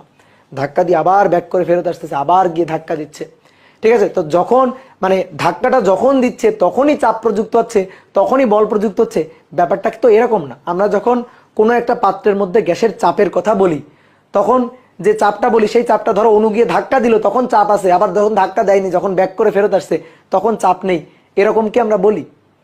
এই প্রেসারটা তো একটা কনস্ট্যান্ট প্রেসার, যে এক সময় দেওয়ালের উপর চাপ আছে অন্য সময় দেওয়ালের উপর চাপ নেই, এইটা তো আমরা বলি না। তাহলে এখানে যে সময়টা আমরা নিব সেই সময়টা তাৎক্ষণিক সময়টা যদি নিই তাহলে কি হবে? তাহলে যেটা বুঝাবে সেটা হচ্ছে যখন গিয়ে অ্যাটমটাই দেওয়ালের সাথে ধাক্কা দিচ্ছে ঠিক ওই সময় প্রযুক্ত চাপ। কিন্তু চাপটা তো পুরো সময় ধরেই, যতক্ষণ আমি পাত্রের মধ্যে গ্যাসটাকে আবদ্ধ রাখবো পুরো সময় ধরেই তো চাপটা প্রযুক্ত হচ্ছে। এই কারণে অ্যাভারেজ স্পিড মানে অ্যাভারেজ ফোর্সটা নিতে হবে। এখানে আমরা এই যে ফোর্সটা হিসাব করব এই ফোর্সটা কিন্তু অ্যাভারেজ ফোর্স, FAV আর কি, অ্যাভারেজ ফোর্স। তো অ্যাভারেজ ফোর্স নেওয়ার জন্য যে সময়টা নিতে হবে সেই সময়টা তাৎক্ষণিক সময় হইলে হবে না। এই কারণে এই সময়টাতে আমি একটু ছাড় দিছি, যে সময়টা আমরা নিব কোন সময়টা, তাহলে ধরলাম যে আমরা এই দেওয়ালে ধাক্কা লেগে আবার যখন এসে ব্যাক করে আবার ওই দেওয়ালে গিয়ে নতুন করে আবার ভরবেগের পরিবর্তন ঘটাবে এই সময়টা আমরা নিব। তাহলে এই সময়টাতে সে যে দূরত্বটা অতিক্রম করতেছে সেই দূরত্বটা not only L, that is 2l, L plus L 2l, তাহলে আমরা সেই দূরত্বটা নিব, ঠিক আছে। তো এই জায়গাটাতে অনেকের কনফিউশন হয়। তাহলে তুমি জাস্ট এই জিনিসটা মানে বুঝে রাখো যে এখানে সময়টা ইনস্ট্যান্টেনিয়াস মানে একটা তাৎক্ষণিক সময় না, ঠিক আছে। এই সময়টা একটা গড় সময় নিবা আর কি, গড় সময়। তো এখান থেকে এখানে আসলো তারপরে আবার এখানে গেল, তাহলে টোটাল অতিক্রান্ত দূরত্ব মানে গড় সময় যেটা বের করি আর কি, টোটাল অতিক্রান্ত দূরত্ব ডিভাইডেড বাই বেগ, ঠিক আছে। তাহলে এই সময়টা নিয়ে আমরা কাজ করব। তাহলে 2m u1 divided by T equal to 2l divided by u1। Two two কাটাকাটি গেল, তাহলে M U one square divided by L, এটা হচ্ছে প্রযুক্ত বল। আমার তো বল লাগবে না, আমার লাগবে চাপ, তাই না? আমার তো লাগবে চাপ, বল তো লাগবে না, লাগবে চাপ, প্রেসার। তো বলকে কি করলে প্রেসার পাওয়া যায়? ক্ষেত্রফল দিয়ে ভাগ দিলে। এই যে দেওয়ালটা, এই দেওয়ালের ক্ষেত্রফলটাকে আমি বললাম এ, এরিয়া। আর এর যে ক্ষেত্রফলটা, এরিয়াটা, সেই ক্ষেত্রফল এ, এটা ইকুয়াল টু দৈর্ঘ্য গুণ প্রস্থ বাহু গুণ বাহু এল স্কোয়ার। তাহলে অতএব প্রযুক্ত চাপ একটা অনুকর্তিক, হ্যাঁ, যে অনুকর্তিক প্রযুক্ত চাপ সংক্ষেপে লিখি, যে চাপ প্রেসার পি, তো P equal to M F divided by A, F divided by A. তাহলে এফ এটা M U one square divided by L divided by A, ক্ষেত্রফল এল স্কোয়ার। তাহলে M U one square divided by V, M U one square divided by V. U one আছে, এটা তো x অক্ষ বরাবর বেগের কম্পোনেন্ট, ঠিক আছে? এটা এক্স অক্ষ বরাবর বেগের কম্পোনেন্ট। তাহলে আমরা একটা কাজ করতে চাই, এক্স অক্ষ বরাবর বেগের কম্পোনেন্ট না, আমি পুরোটাই নিতে চাই। এক্স অক্ষ বরাবর, শুধু যে এক্স অক্ষ বরাবর বেগের কম্পোনেন্ট রাখবো সেটা আমি চাই না, আমি চাই পুরোটাই নিতে। তাহলে আমি পুরোটাই নিতে চাই, তাহলে পুরোটা আমি কিভাবে নিব? দেখো পুরোটা কিভাবে নিতে পারি, ইউ ওয়ান আছে না, তাহলে আমরা এখানেই লিখে রাখছিলাম, এই যে U one, U one, U one square, তার গড় মান হচ্ছে 1/3 সি ওয়ান স্কোয়ার গড় মান। কি দেখছো, লিখে রাখছিলাম। তাহলে আমরা এখানে এটারে বলতে পারি যে U one square, U one এটা স্কোয়ার 1/3 সি ওয়ান স্কোয়ার। তাহলে এখানে লিখে দিলে M divided by V 1/3 C one square. কি বুঝতে পারছো? ক্লিয়ার? বোঝা গেছে কিনা? ওকে, তাহলে আমরা এই কাজটা করলাম। এটা কিন্তু আর একটা ভাবেও করা যায়, যে এটা তো এক্স অক্ষ বরাবর চাপের হিসাব, তাহলে অনুকর্তিক মানে সেম একইভাবে আবার হিসাব নিকাশ করে নিয়ে আসতে হবে। তাহলে অনুর জন্য ওয়াই অক্ষ বরাবর বেগের কম্পোনেন্ট ধরে আবার হিসাব করব, তখন মানে সেম হিসাব করবা তুমি আরেকবার। তাহলে তখন এই দুই দেওয়ালে ধাক্কা, তখন এই যে এই বেগটা হবে ভি, অনুর বেগ, অনুর ভর হবে এম, ধাক্কা লাগার পরে আবার ব্যাক করে যখন এদিকে ফেরত আসবে তখন বেগটা হবে মাইনাস ভি আর কি। তারপরে এই যে উপর নিচ নিলে হচ্ছে ভি, তারপরে এই সাইড আর ওই সাইড নিলে, সামনে পিছনে নিলে, ঠিক আছে? এটা যেমন ডান বাম উপর নিচ, এবার সামনে পিছনে নিলে তখন হচ্ছে ডাব্লু। ধরো যে এই দিকের বেগটা হচ্ছে ডাব্লু, ওই দিকের বেগটা হচ্ছে তাহলে মাইনাস ডাব্লু, ঠিক আছে? এরকম যে এই পাশে একটা দেওয়াল, এই যে সামনের একটা দেওয়াল, আর ওই যে পিছের একটা দেওয়াল, পিছের একটা দেওয়াল, তো এইভাবে নিলে হচ্ছে ডাব্লু। তাহলে সেম ভাবে সব কিছু হিসাব নিকাশ করে আসলে লাস্টে এখানে হবে ডাব্লু ওয়ান স্কোয়ার। তাহলে ওই অনুকর্তিক প্রযুক্ত মোট যে চাপ, প্রযুক্ত মোট যে চাপ, তাহলে তিনটে অ্যাক্সিস বরাবর চাপের যোগফল তখন হবে আর কি M V U one square plus M V, তারপরে V one square plus M V, তারপর ডাব্লু ওয়ান স্কোয়ার, এভাবে যোগটোগ করে হিসাব করতে হবে। তো এইভাবেও একটা মেথডে করা যায়, একই জিনিস আসবে। তো আমরা একবারে করছি, যেহেতু আগে থেকে আমাদের হিসাব করা ছিল, এই যে এই হিসাবটা যেহেতু আগে থেকে করা ছিল, এই যে যোগ করে এই যে সি ওয়ান স্কোয়ারের সাথে ইউ এর সম্পর্কটা আগে থেকে যেহেতু হিসাব করা ছিল, তো এই কারণে আমরা এটাই করে ফেলছি, ঠিক আছে? এই যে এখানে একবারে লিখে দিছি যে ইউ ওয়ান মানে ইউ স্কোয়ার মানে 1/3 সি স্কোয়ার, একবারে লিখে দিছি এটা। তাহলে এটা গেল হচ্ছে প্রেসার। তো আমি এবার যেটা চাই সেটা হচ্ছে মোট চাপ। দেখো এটাতে একটা অণুর জন্য, এটা কিন্তু প্রথম অণুর জন্য, প্রথম একটি অণুর জন্য প্রেসার হচ্ছে এটা। তা আমরা চাই মোট প্রেসারটা হিসাব করতে, মোট চাপটা হিসাব করতে চাই। তাহলে মোট চাপ পি ইকুয়াল টু হবে প্রথম অণুর জন্য প্রেসার P1, দ্বিতীয় অণুর জন্য প্রেসার P2, তৃতীয় অণুর জন্য প্রেসার P3, চতুর্থ অণুর জন্য pressure P4 dot dot dot Pn, এটা হবে। এবারের হিসাবটা খুব সুন্দর করে দেখো। তাহলে প্রথম অণুর জন্য যেটা যদি এটা হয়, তার মানে 1/3 m divided by v c1 square. তাহলে দ্বিতীয় অণুর জন্য কি হবে? 1/3 m বাই v, v আয়তন c2 স্কোয়ার।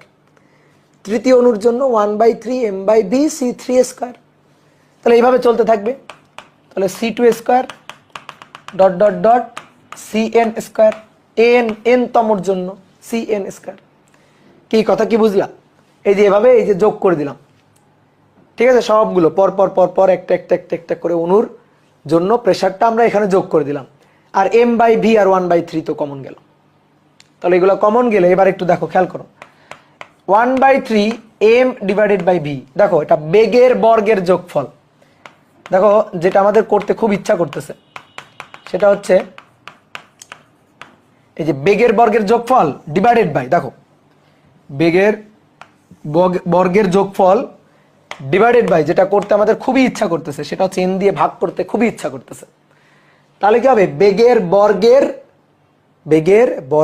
গড়, বেগের বর্গের গড়। কিন্তু এই কাজটা তো আমি অন্যায় করলাম, আমি তো n দিয়ে ইচ্ছা মতো ভাগ দিতে পারি না। তাহলে যেহেতু n দিয়ে ভাগ দিয়ে অন্যায় করছি, তাহলে n দিয়ে গুণ করে আবার অন্যায় খণ্ডন করি। এই যে n দিয়ে ভাগ দিলাম, আবার n দিয়ে গুণ দিলাম, তাহলে n কাটাকাটি করে দেখো আগের লাইন। কিন্তু ভাগ, তাহলে কি লাভ হইলো? এইটা হইলো আমার বেগের বর্গের গড়।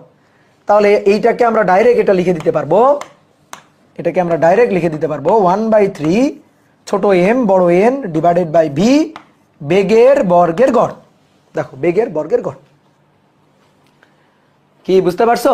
বেগের বর্গের গড়। তাহলে প্রেসার P ইকুয়াল টু এইটা, এই যে এটা আমরা পাইলাম চাপের মূল সূত্র, বুঝছো? এটা আমরা পাইলাম চাপের মূল সূত্রটা এটা আমরা পাইলাম। কি ক্লিয়ার? চাপের মূল সূত্র। অনেকভাবে এই প্রমাণ করা যায়, অনেকভাবে এই ডেরিভেশনটা করা যায়, কিন্তু করে যা আসবে সেটা হচ্ছে এটা হচ্ছে মূল। এবার আরেকটা কথা একটু তোমার আমি বলে রাখি, এটা নিয়ে অবশ্য ভাঙচুর পরে করব আমরা। সেটা হচ্ছে আমরা এই যে হিসাবটা করলাম না, সেটা কিন্তু এক পারমাণবিক গ্যাসের জন্য। একটু লিখে রাখি, হ্যাঁ, এই যে আমরা হিসাবটা করলাম এটা হচ্ছে এক পারমাণবিক গ্যাসের জন্য, বুঝছো? এক পারমাণবিক, দ্বিপারমাণবিক না, কিন্তু এটা বহু পারমাণবিক না, এক পারমাণবিক গ্যাসের জন্য। অনেকে বলতো ভাই তাহলে দ্বিপারমাণবিক গ্যাসের জন্য কি হবে, বহু পারমাণবিক গ্যাসের জন্য কি হবে, কেন এটা এক পারমাণবিক গ্যাসের জন্য? আমি আপাতত বলবো না, এটা বলবো না যে কেন এক পারমাণবিক গ্যাসের জন্য, ঠিক আছে? আপাতত থাকুক, কিন্তু এটা এক পারমাণবিক গ্যাসের জন্য। এবার এই মূল সূত্রটা, এটাই হচ্ছে আমাদের দরকার। এত এই ডেরিভেশন এত পরীক্ষা আসবে না, এত জাস্ট ভদ্রতার খাতিরে একবার দেখা, জীবনে প্রথম একবার করবা, ঠিক আছে? স্মৃতি হিসাবে রেখে দিবা যে অপূর্ব ভাই একসময় করাইছিল, ধরো নাতি নাতনি হবে যখন, তখন দেখাবা তোমাদের এই ডেরিভেশনটা করাইছিল। এই ছাড়া এই ডেরিভেশন তোমার আর কোনো কাজে আপাতত লাগবে না। কিন্তু বুঝতে হবে, এই ডেরিভেশনগুলো না বুঝে কিন্তু ম্যাথে যাওয়া যাবে না। ডেরিভেশন তুমি বোঝো না, তাহলে কিন্তু মনে করো যে এই এম এর পরিচয়, এন এর পরিচয়, বি এর পরিচয়, এগুলা জাস্ট শুধু মুখস্থ করে ম্যাথ করে কোনো আত্মিক শান্তি পাবা না। আত্মিক শান্তি পাওয়ার জন্য, আত্মতুষ্টি পাওয়ার জন্য ডেরিভেশনটা একবার হলেও একটু সুন্দর করে বোঝা উচিত, বুঝছো? তাহলে আমরা এই যে মূল সূত্রটা পাইলাম, এইবার এই সূত্র থেকে সূত্রের এবার ডালপালা হবে। এই সূত্রের এবার অনেকগুলো ডালপালা হবে। চলো, সূত্রের ডালপালা বানানো খুবই মজার। তাহলে সূত্রের ডালপালা বানানো খুবই মজার। তাহলে আমরা এবার সূত্রগুলা বক্স করব, এক একটা করে সূত্র বানাবো আর বক্স করব, প্যাকেট করে ফেলবো। 1/3 m বড় হাতের n divided by V C square bar. এই রাশিগুলোর পরিচয় একটু জানি। পি হচ্ছে চাপ, ভি হচ্ছে গ্যাসের আয়তন, এম হচ্ছে একটা অণুর ভর, বড় হাতের n হচ্ছে টোটাল অণুর নাম্বার, আর সি স্কয়ার বেগের বর্গের গড়। ঠিক আছে, এটা হচ্ছে গড় বর্গবেগ, মূল গড় বর্গবেগ না, কিন্তু মূল গড় বর্গবেগ হবে রুট করি না এখন। তাহলে এই যে এই একটা সূত্র, এটা হচ্ছে মূল 1 নম্বর সূত্র, থাকুক, এটা রেডি হয়ে থাকুক। এবার আসো দেখি এখান থেকে কি পাওয়া যায়, দেখো তো P = 1/3 m × n। এই যে তুমি লিখছিলা বড় হাতের m হচ্ছে ছোট হাতের m × n, দেখো লেখা আছে, কই লেখা আছে দেখি, কই লেখা আছে, এই যেখানে লেখা আছে, এই দেখো বড় হাতের m হচ্ছে ছোট হাতের m × n, অর্থাৎ মোট ভর, একটা অণুর ভর, অণুর সংখ্যা গুণ করলে পাওয়া যাবে মোট ভর। কি পাওয়া যাবে? মোট ভর। তাহলে বসাও মোট ভর, বসাও বড় m বসাও, ভি সি স্কয়ার বার। এবার মোট ভর ডিভাইডেড বাই মোট আয়তন, ছোটবেলায় শিখছে এগুলা। মোট ভর ডিভাইডেড বাই মোট আয়তন, একক আয়তনের ভরকে ঘনত্ব বলে। কি বলে? ঘনত্ব। তাহলে এটা হচ্ছে গ্যাসের ঘনত্ব। দেখছো সূত্রের ডালপালা বানানো কত মজার। তাহলে অতএব P = 1/3 রো সি স্কয়ার বার। ঠিক আছে, এই যে বক্স করে ফেললাম সূত্র মানে বক্স। এটা হচ্ছে এই সূত্রটাই, এটাই আমরা রাখবো, কিন্তু এটার আরেকটু কাহিনী করে রাখবো। কি কাহিনী করবো দেখো, সি স্কয়ার বার এটা = 3p/ρ। ঠিক আছে, বেগের বর্গের গড়, আমার ইচ্ছা করতেছে মূল গড় বর্গবেগ বের করতে। তাহলে বেগের বর্গের গড় আছে, তাকে এবার বর্গমূল করে দিলেই কাজ শেষ। তাহলে এখানে একটা বর্গমূল চিহ্ন, এইখানে একটা বর্গমূল চিহ্ন হয়ে গেল। তাহলে বেগের বর্গের গড়ের বর্গমূল সিআরএমএস, সিআরএমএস √3p/ρ। তাহলে এই আর একটা সূত্র, পি প্রেসার, রো কি, রো হচ্ছে ঘনত্ব। এবার আসো মূল সূত্রটা আবার একটু লিখি দেখি। P = 1/3 mn / v c² বার। এবার এই 1/3 m n/v c² বার। তাহলে n/v মানে কি? n হচ্ছে অণুর সংখ্যা, v হচ্ছে আয়তন। তাহলে n/v কি? n/v হচ্ছে একক আয়তনে অণুর সংখ্যা। n/v হচ্ছে একক আয়তনে অণুর সংখ্যা। এটাকে ছোট হাতের n দিয়ে লেখা হয় 1/3 m n c² বার। এটাকে ছোট হাতের n দিয়ে লেখা হয়। তাহলে এই যে ছোট হাতের m, এটার পরিচয় একটি অণুর ভর, একটি অণু ভর। আর এই যে ছোট হাতের n, এর পরিচয় হচ্ছে একক আয়তনে অণুর সংখ্যা। অনেকে কি করে জানো? সূত্র মুখস্থ করে, এটা ঠিক আছে, কিন্তু ম্যাথ করার সময় উল্টাই ফেলে। কি উল্টাই ফেলে? n মোল সংখ্যা বসায় দেয়। প্রশ্ন হয়তো মোল সংখ্যা দেওয়া আছে, চট করে নিয়ে মোল সংখ্যাটা বসায় দেয়। হাই পাগল, এই মোল সংখ্যা, এই এনটা মোল সংখ্যা না, এই এনটা মোল সংখ্যা না। ঠিক আছে, ছোট হাতের এন দিয়ে মোল সংখ্যাকে আমরা প্রকাশ করি, কথা সত্য, কিন্তু এখানে তো মোল সংখ্যা না, এটা হচ্ছে টোটাল অণুর সংখ্যা বাই টোটাল আয়তন। তার মানে কি দাঁড়াইলো? একক আয়তনে অণুর সংখ্যা। যেমন ভি আয়তনে অণুর সংখ্যা যদি n হয়, একক আয়তনে অণুর সংখ্যা হবে n/v। তাহলে এটাকে বলা হয় একক আয়তনে অণুর সংখ্যা, একক আয়তনে অণুর সংখ্যা, একক আয়তনে অণুর সংখ্যা, ছোট হাতের n বড় হাতের n / v। এইটার আর একটা সুন্দর নাম আছে, এটারে বলা হয় লসমিডের সংখ্যা। লসমিডের সংখ্যা, লসমিডের সংখ্যা কাকে বলে? লসমিড একজন বিজ্ঞানী নাম আর কি। লসমিডের সংখ্যা কাকে বলে? কোন গ্যাসের একক আয়তনে যে পরিমাণ অণু থাকে তাকে লসমিডের সংখ্যা বলে। কোন গ্যাসের একক আয়তনে যে পরিমাণ অণু থাকে তাকে লসমিডের সংখ্যা বলে। যেমন অ্যাভোগাড্রো সংখ্যা কাকে বলে? কোন গ্যাসের 1 মোলে যে পরিমাণ অণু থাকে, যেমন 6.02 × 10⁻23। কোন গ্যাসের 1 মোলে যে পরিমাণ অণু থাকে তাকে অ্যাভোগাড্রো সংখ্যা বলে। কোন গ্যাসের একক আয়তনে যে পরিমাণ অণু থাকে তাকে লসমিডের সংখ্যা বলে। বুঝলা? ঠিক আছে, একটা অজানা জিনিস জানাই দিলাম। নাও, তাহলে সূত্র হইল কয়টা বক্স পাইলাম? 4টা অলরেডি পাইলাম। এবার আসো, শেষ হয় নাই। যেটা আমরা চাইছিলাম সেটাই তো পাইলাম না। গ্যাসের গতিশক্তি রাশিমালা চাইছিলাম। তুমি দেখো তো এখানে যে কটা সূত্র আছে এগুলো সবই চাপের সূত্র। দেখো, প্রথমটা, দ্বিতীয়টা, তৃতীয়টা চাপের সূত্র, চতুর্থটাও চাপের সূত্র। এই যে মাথা সরাই দিচ্ছি, দেখো চাপের সূত্র, তাই না? সবগুলোই চাপের সূত্র। ঠিক আছে, এই যে এটাও, এখানে এর মধ্যে চাপ আছে, এটা সিআরএমএস এর সূত্র, ঠিক আছে, কিন্তু চাপ তো আছেই নাকি? কিন্তু আমরা এবার যেটা চাই সেটা হচ্ছে গ্যাসের গতিশক্তি, গ্যাসের গতিশক্তি রাশিমালা। গ্যাসের সমস্ত শক্তি গতিশক্তি, গ্যাসের কোনো বিভব শক্তি নেই। তাহলে সমস্ত শক্তি বা গতিশক্তি, এটা আমরা চাই। তো দেখো, P = 1/3 mn / v c² বার। তাহলে চাপ P = 1/3 বড় হাতের m / v c² বার। এবার একটা কাজ করি, PV = 1/3 টোটাল অণুর ভর c² বার। দেখো, গতিশক্তি মানে হাফ m v², মানে হাফ m c² বার, হাফ m c² বার, হাফ টোটাল ভর। আমি যদি টোটাল গ্যাসের অণুর সংখ্যা চাই তাহলে টোটাল ভর নিতে হবে। তাহলে গ্যাসের গতিশক্তি, গ্যাসের মোট গতিশক্তি, মোট হাফ গ্যাসের মোট ভর। তাহলে মোট ভর কি ছোট্ট m? মোট ভর কি ছোট্ট m? ছোট্ট m নিলে তো একটা অণুর ভর, তখন একটা অণুর গতিশক্তি বুঝাবে, কিন্তু আমি চাই টোটাল গতিশক্তি। তাহলে বড় m আর কি c² বার, মানে হাফ m v² এর জায়গায় হাফ m c²। ঠিক আছে, এটাই গতিশক্তি। দেখো, এই যে এটাই গতিশক্তি, কিন্তু মজার ব্যাপার হচ্ছে, মজার ব্যাপার না, দুঃখের ব্যাপার, সেটা হচ্ছে এটা 1/3। 1/2 থাকলে হয়ে যেত, নাই 1/2 নাই, তো দুঃখ পায় লাভ নাই। 1/2 নাই তো কি হয়েছে, আমরা 2/3 লিখবো। তাহলে 2 কাটাকাটি করে 1/3 আগের লাইনটাই থাকবে। তাহলে এটাই হচ্ছে আমার গ্যাসের গতিশক্তি, যার রাশিমালাটাই আমি চাইতেছিলাম।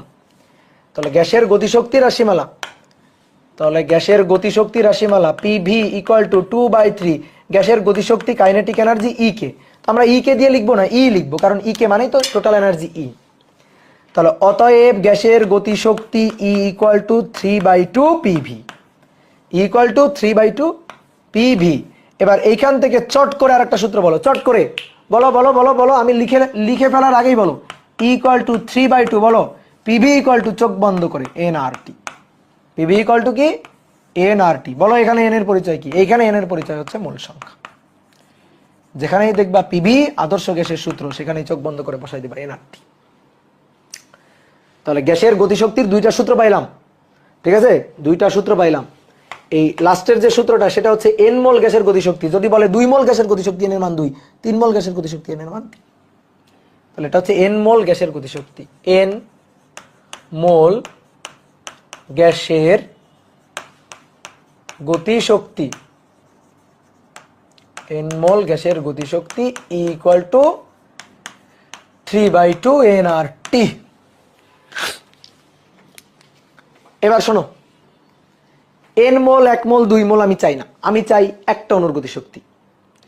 আমি চাই একটি অণুর গতিশক্তি, একটি অণুর গতিশক্তি। বলো কি করব, বলো আমার বুদ্ধি দাও। এটা তো এন মোলের। আচ্ছা আসো তো, এন মোল বাদ দাও, 1 মোল আগে বলো তো দেখি। 1 মোলের, 1 মোলে কয়টা অণু থাকে? অ্যাভোগাড্রোর সংখ্যা সমান, অর্থাৎ এন এ 6.02 × 10⁻23। তাহলে 1 মোল বা অ্যাভোগাড্রোর সংখ্যা এতটি অণুর গতিশক্তি, এতটি অণুর গতিশক্তি, 1 মোলের গতিশক্তি, এন এর মান 1 বসবে, 3/2 RT। 1 মোল বা অ্যাভোগাড্রোর সংখ্যার সমান অণুর গতিশক্তি। আমার লাগবে অতএব একটি অণুর গতিশক্তি, একটি অণুর গতিশক্তি। তাহলে 3/2 RT ডিভাইডেড বাই একটি অণুর গতিশক্তি ভাগ অ্যাভোগাড্রোর সংখ্যা এন এ, ভাগ দিয়ে দিলাম, ঐকিক নিয়ম। এবার দেখো R divided by N A, এটা মানে Boltzmann constant. R molar gas constant, N A অ্যাভোগাড্রোর সংখ্যা সেটা আরেকটা কনস্ট্যান্ট। এই দুইটা কনস্ট্যান্টের রেশিও আরেকটা কনস্ট্যান্ট, এবং সেই কনস্ট্যান্ট হচ্ছে বোলজম্যান কনস্ট্যান্ট। 3/2 R/NA মানে K × T, ঠিক আছে, কে বোলজম্যান কনস্ট্যান্ট। তাহলে একটি অণুর গতিশক্তি, এটা হচ্ছে একটি অণুর গতিশক্তি। তোমরা খুবই কনফিউজড হয়ে যাও, একটি অণুর গতিশক্তি মানে গ্যাসের গড় গতিশক্তি, বুঝলা? একটা অণুর গতিশক্তি মানেই গ্যাসের গড় গতিশক্তি। তাহলে দুইটা জিনিসকে আমি বক্স করে দিচ্ছি, দেখো এই একটা, এটা হচ্ছে একটি অণুর গতিশক্তি, আর এই একটা, এটা হচ্ছে এন মোলের গতিশক্তি, ঠিক আছে। একটা একটি অণুর গতিশক্তি আর একটা এন মোলের গতিশক্তি। যদি আমি বলি দুইটা অণুর গতিশক্তি, ওকে, তাহলে 3/2 KT গুণ 2। যদি বলি 4টা অণুর গতিশক্তি, এটা বের করে গুণ 4। যদি বলি 4 মোলের গতিশক্তি, তাহলে আর এটা না, তাহলে ওইটা, এন এর মান 4। দুইটার মধ্যে পার্থক্য বুঝলা? পার্থক্যগুলো মাথায় রাখিও, হ্যাঁ। এবার এইটার একটু পাশে লিখে রাখো, এটা হচ্ছে অণুর গড় গতিশক্তি। যখন বলবে অণুর গড় গতিশক্তি, তখন এইটা বুঝবা, অণুর গড় গতিশক্তি। অণুর গড় গতিশক্তি মানেই একটা অণুর গতিশক্তি, অণুর গড় গতিশক্তি মানেই আসলে একটা অণুর গতিশক্তি। তাহলে এটাই তুমি বুঝবা, তাহলে মাথা নষ্ট করার কিছু নাই, সহজ জিনিস। এবার আসো নেক্সট, চেঞ্জ করলাম। দেখো তো ভাইয়া, একটি অণুর গতিশক্তি, একটি অণুর গতিশক্তি একটু আগে তুমি হিসাব নিকাশ করলা, 3/2 KT একটি অণুর। তো একটি অণুর গতিশক্তিকে আমি একটু ½ mv² ফরম্যাটে লিখব, কেন? আমার ইচ্ছা তাই। তাহলে ½ mv² ফরম্যাটে, ½ mv², ½ mc² বার, বুঝছো? এটা সমান সমান 3/2 KT, একটা অণুর গতিশক্তি। একটা অণুর গতিশক্তি, ভালো করে শুনো কথাটা, একটা অণুর গতিশক্তি বলে একটা অণুর ভর, দেখছো, ছোট এম, একটা অণুর গতিশক্তি, সো একটা অণুর ভর। 2 কাটাকাটি গেল, তাহলে c² বার এটা equal to 3 KT divided by ছোট হাতের এম। এবার দুই পাশে ছোট্ট করে রুট চিহ্ন দিয়ে দাও, তাহলে কি হয়ে গেল? বেগের বর্গের গড় মানের বর্গমূল CRMS equal to √3 KT divided by ছোট হাতের এম। CRMS এটা equal to √3 KT divided by ছোট হাতের এম। ওকে, ডান। এবার আসো, সেম কাজটা আবার করব, কিন্তু এবার এই জিনিসটা লিখবো এভাবে, 1 মোলের গতিশক্তি, 1 মোল গ্যাসের গতিশক্তি। এই বলো বলো বলো বলো, 1 মোল গ্যাসের গতিশক্তি সূত্র বলো। 3/2 nRT, এন এর মান 1, তার মানে 3/2 RT।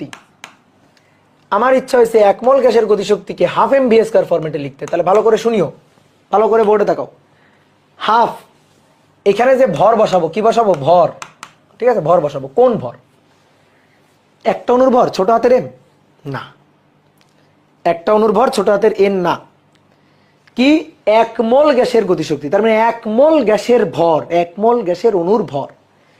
1 মোল গ্যাসের অণুর ভর তার একটা অণুর ভর না। 1 মোল গ্যাসের ভর একটা অণুর ভর না, ছোট হাতের এম একটা অণুর ভর। তাহলে 1 মোলে টোটাল অণু আছে, ধরো অ্যাভোগাড্রোর সংখ্যা, অ্যাভোগাড্রোর সংখ্যার অণু আছে 1 মোলে। তাহলে অ্যাভোগাড্রোর সংখ্যা ইন্টু ছোট হাতের এম, অ্যাভোগাড্রোর সংখ্যা ইন্টু ছোট হাতের এম মানে আণবিক ভর বড় হাতের এম। অ্যাভোগাড্রোর সংখ্যা ইন্টু ছোট হাতের এম মানে আণবিক ভর বড় হাতের এম।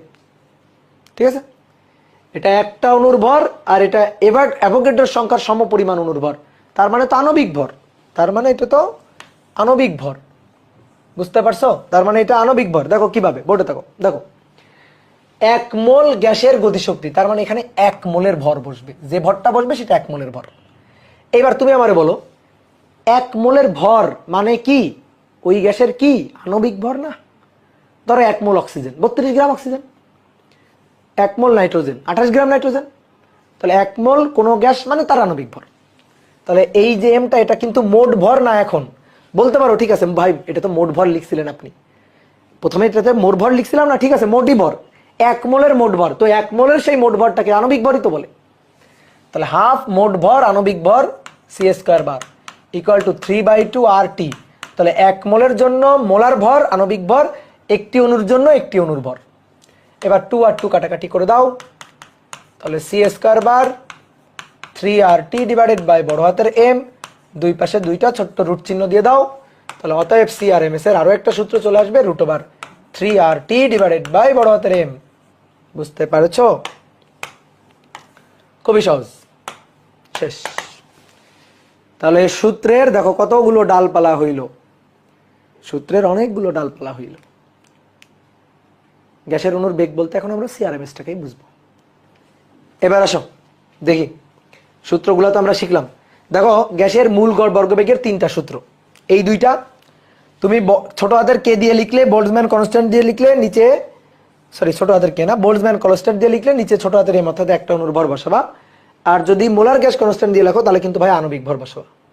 তো যেটা আমি বলতেছিলাম, সিআরএমএস এর 3টা সূত্র আমরা শিখছি। দেখো সিআরএমএস ইকুয়াল টু √, ভালো করে দেখো, √3p/ρ।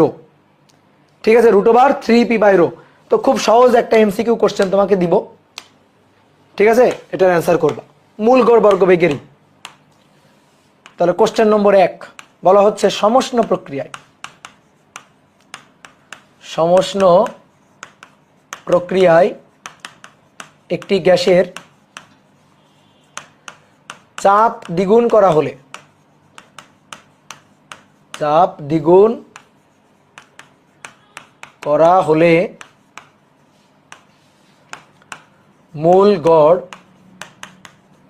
বর্গবেগ মানে সিআরএমএস, মূল গড় বর্গবেগ কত গুণ হবে?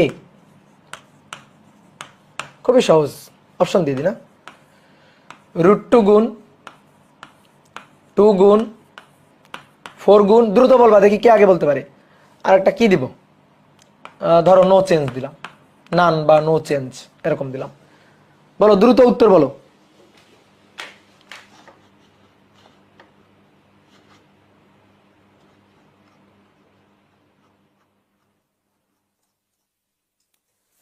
হ্যাঁ এই তো, গুড। মুসরাত, ইবতিদা মুসরাত বলছে অপশন এ। একজন বললো, শুধু একজন বললো, অনেকে বলছে, গুড, ভেরি গুড।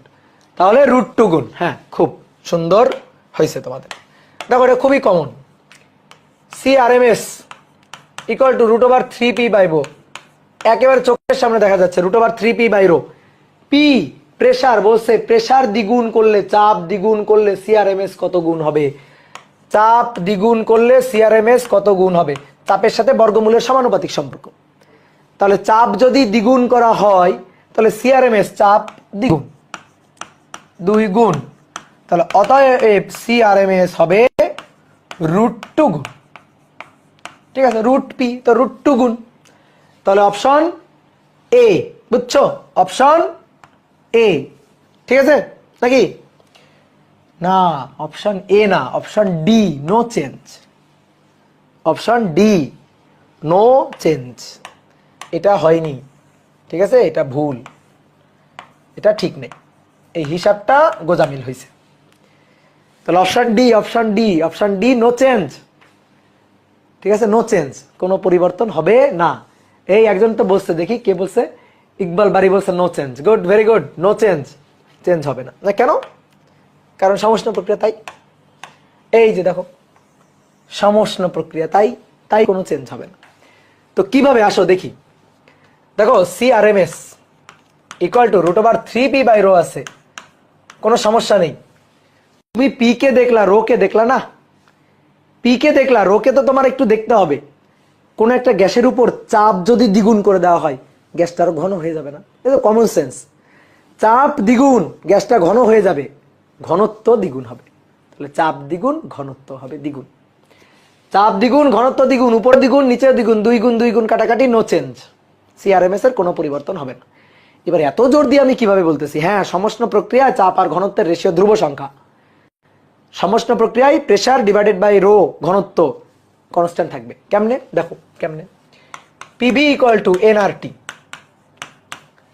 ঘনত্ব কার মধ্যে আছে? আয়তনের মধ্যে।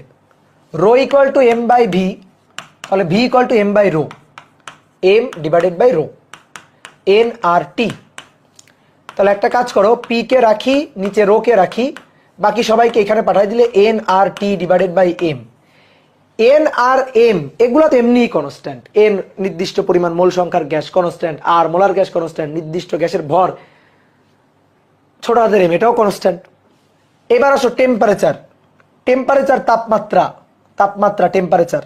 তাহলে সমষ্ণ প্রক্রিয়ায়, সমষ্ণ প্রক্রিয়া, সমষ্ণ মানে উষ্ণতা সমান, তাহলে সমষ্ণ প্রক্রিয়ায় টি কনস্ট্যান্ট।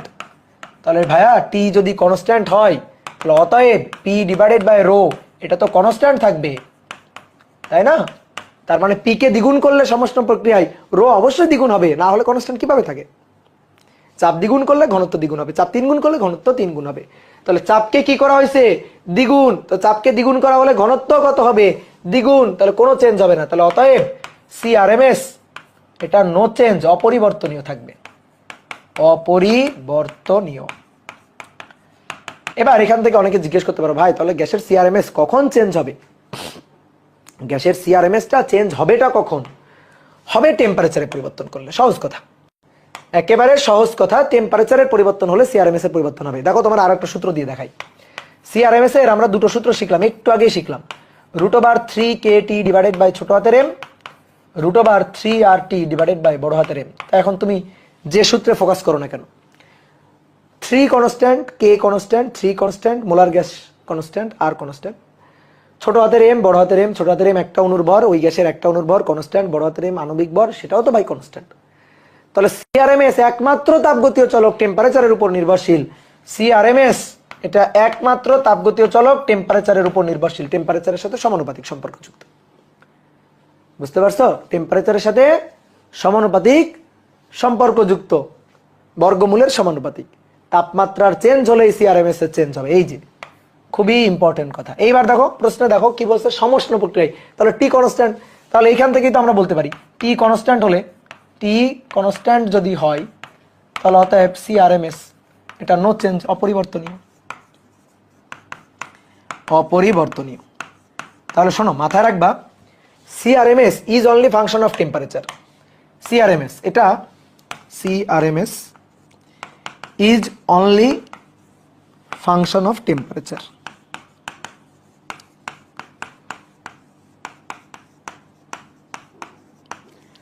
অর্থাৎ আয়তন, চাপ, ঘনত্ব এই সকল তাপগতীয় চলকের কি পরিবর্তন করতেছে ডাজ নট কেয়ার, ঠিক আছে, ওগুলা ডোন্ট কেয়ার। তাহলে আমরা দেখব কোনটার পরিবর্তন করা হচ্ছে, টেম্পারেচারে কোনো পরিবর্তন করা হচ্ছে কিনা। যদি টেম্পারেচারে পরিবর্তন করা হয় CRMS পরিবর্তন হবে। অন্য তাপগতীয় চলকগুলো ওগুলা ধুয়ে যাক, ওগুলার কোনো পরিবর্তন হোক বা না হোক আমার মাথা ব্যথা নেই। তুমি আমার কানে কানে এসে বলতেছো ভাই চাপ এইটা করা হয়েছে, কানে কানে এসে বলতেছো আয়তন এটা করা হয়েছে। চাপের পরিবর্তনের কথা আমি শুনবো না, আয়তনের পরিবর্তনের আমি দেখবো না, ঘনত্বের পরিবর্তন ডোন্ট কেয়ার, আমি শুনবো না, দেখবো না। আমার কথা হচ্ছে আমি তোমার বলবো এত কিছু না বলে আমারে বলো তাপমাত্রার কি করা হয়েছে। তাপমাত্রার যদি চেঞ্জ করা হয় সিআরএমএস চেঞ্জ হবে, তাপমাত্রা চেঞ্জ না করা হলে সিআরএমএস চেঞ্জ হবে না। তো উপরে কি বলা ছিল, সমষ্ণ প্রক্রিয়ায় তাপমাত্রা চেঞ্জ করা হয়নি, সিআরএমএস চেঞ্জ হবে না। সিআরএমএস চেঞ্জ হবে না। সিআরএমএস তখনই চেঞ্জ হবে যখন টেম্পারেচার চেঞ্জ করা হবে। যদি আন্তঃনবিক ব্যাখ্যা দিয়ে বলি তাহলে তুমি একটা জিনিস চিন্তা করো তো, গ্যাসের যদি তাপমাত্রা বাড়ানো হয় তাহলে গ্যাসের অণুগুলার ছোটাছুটি বেড়ে যাবে, অণুগুলার ছোটাছুটি বেড়ে যাবে, বেগ বেড়ে যাবে, দূরে দূরে সরে যাবে অণুগুলা।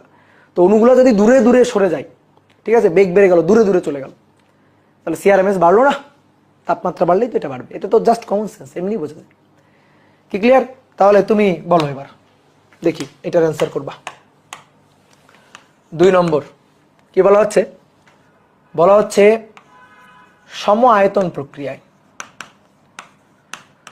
সম আয়তন প্রক্রিয়ায় চাপ দ্বিগুণ করা হলে, সম আয়তন প্রক্রিয়ায় চাপ দ্বিগুণ করা হলে সেক্ষেত্রে মূল গড় বর্গবেগ, মূল গড় বর্গবেগ কত গুণ হবে? Option A √2, option B 2, option C 4, option D no change. বলো এবার, দেখি এবার বলো। সম আয়তন প্রক্রিয়ায়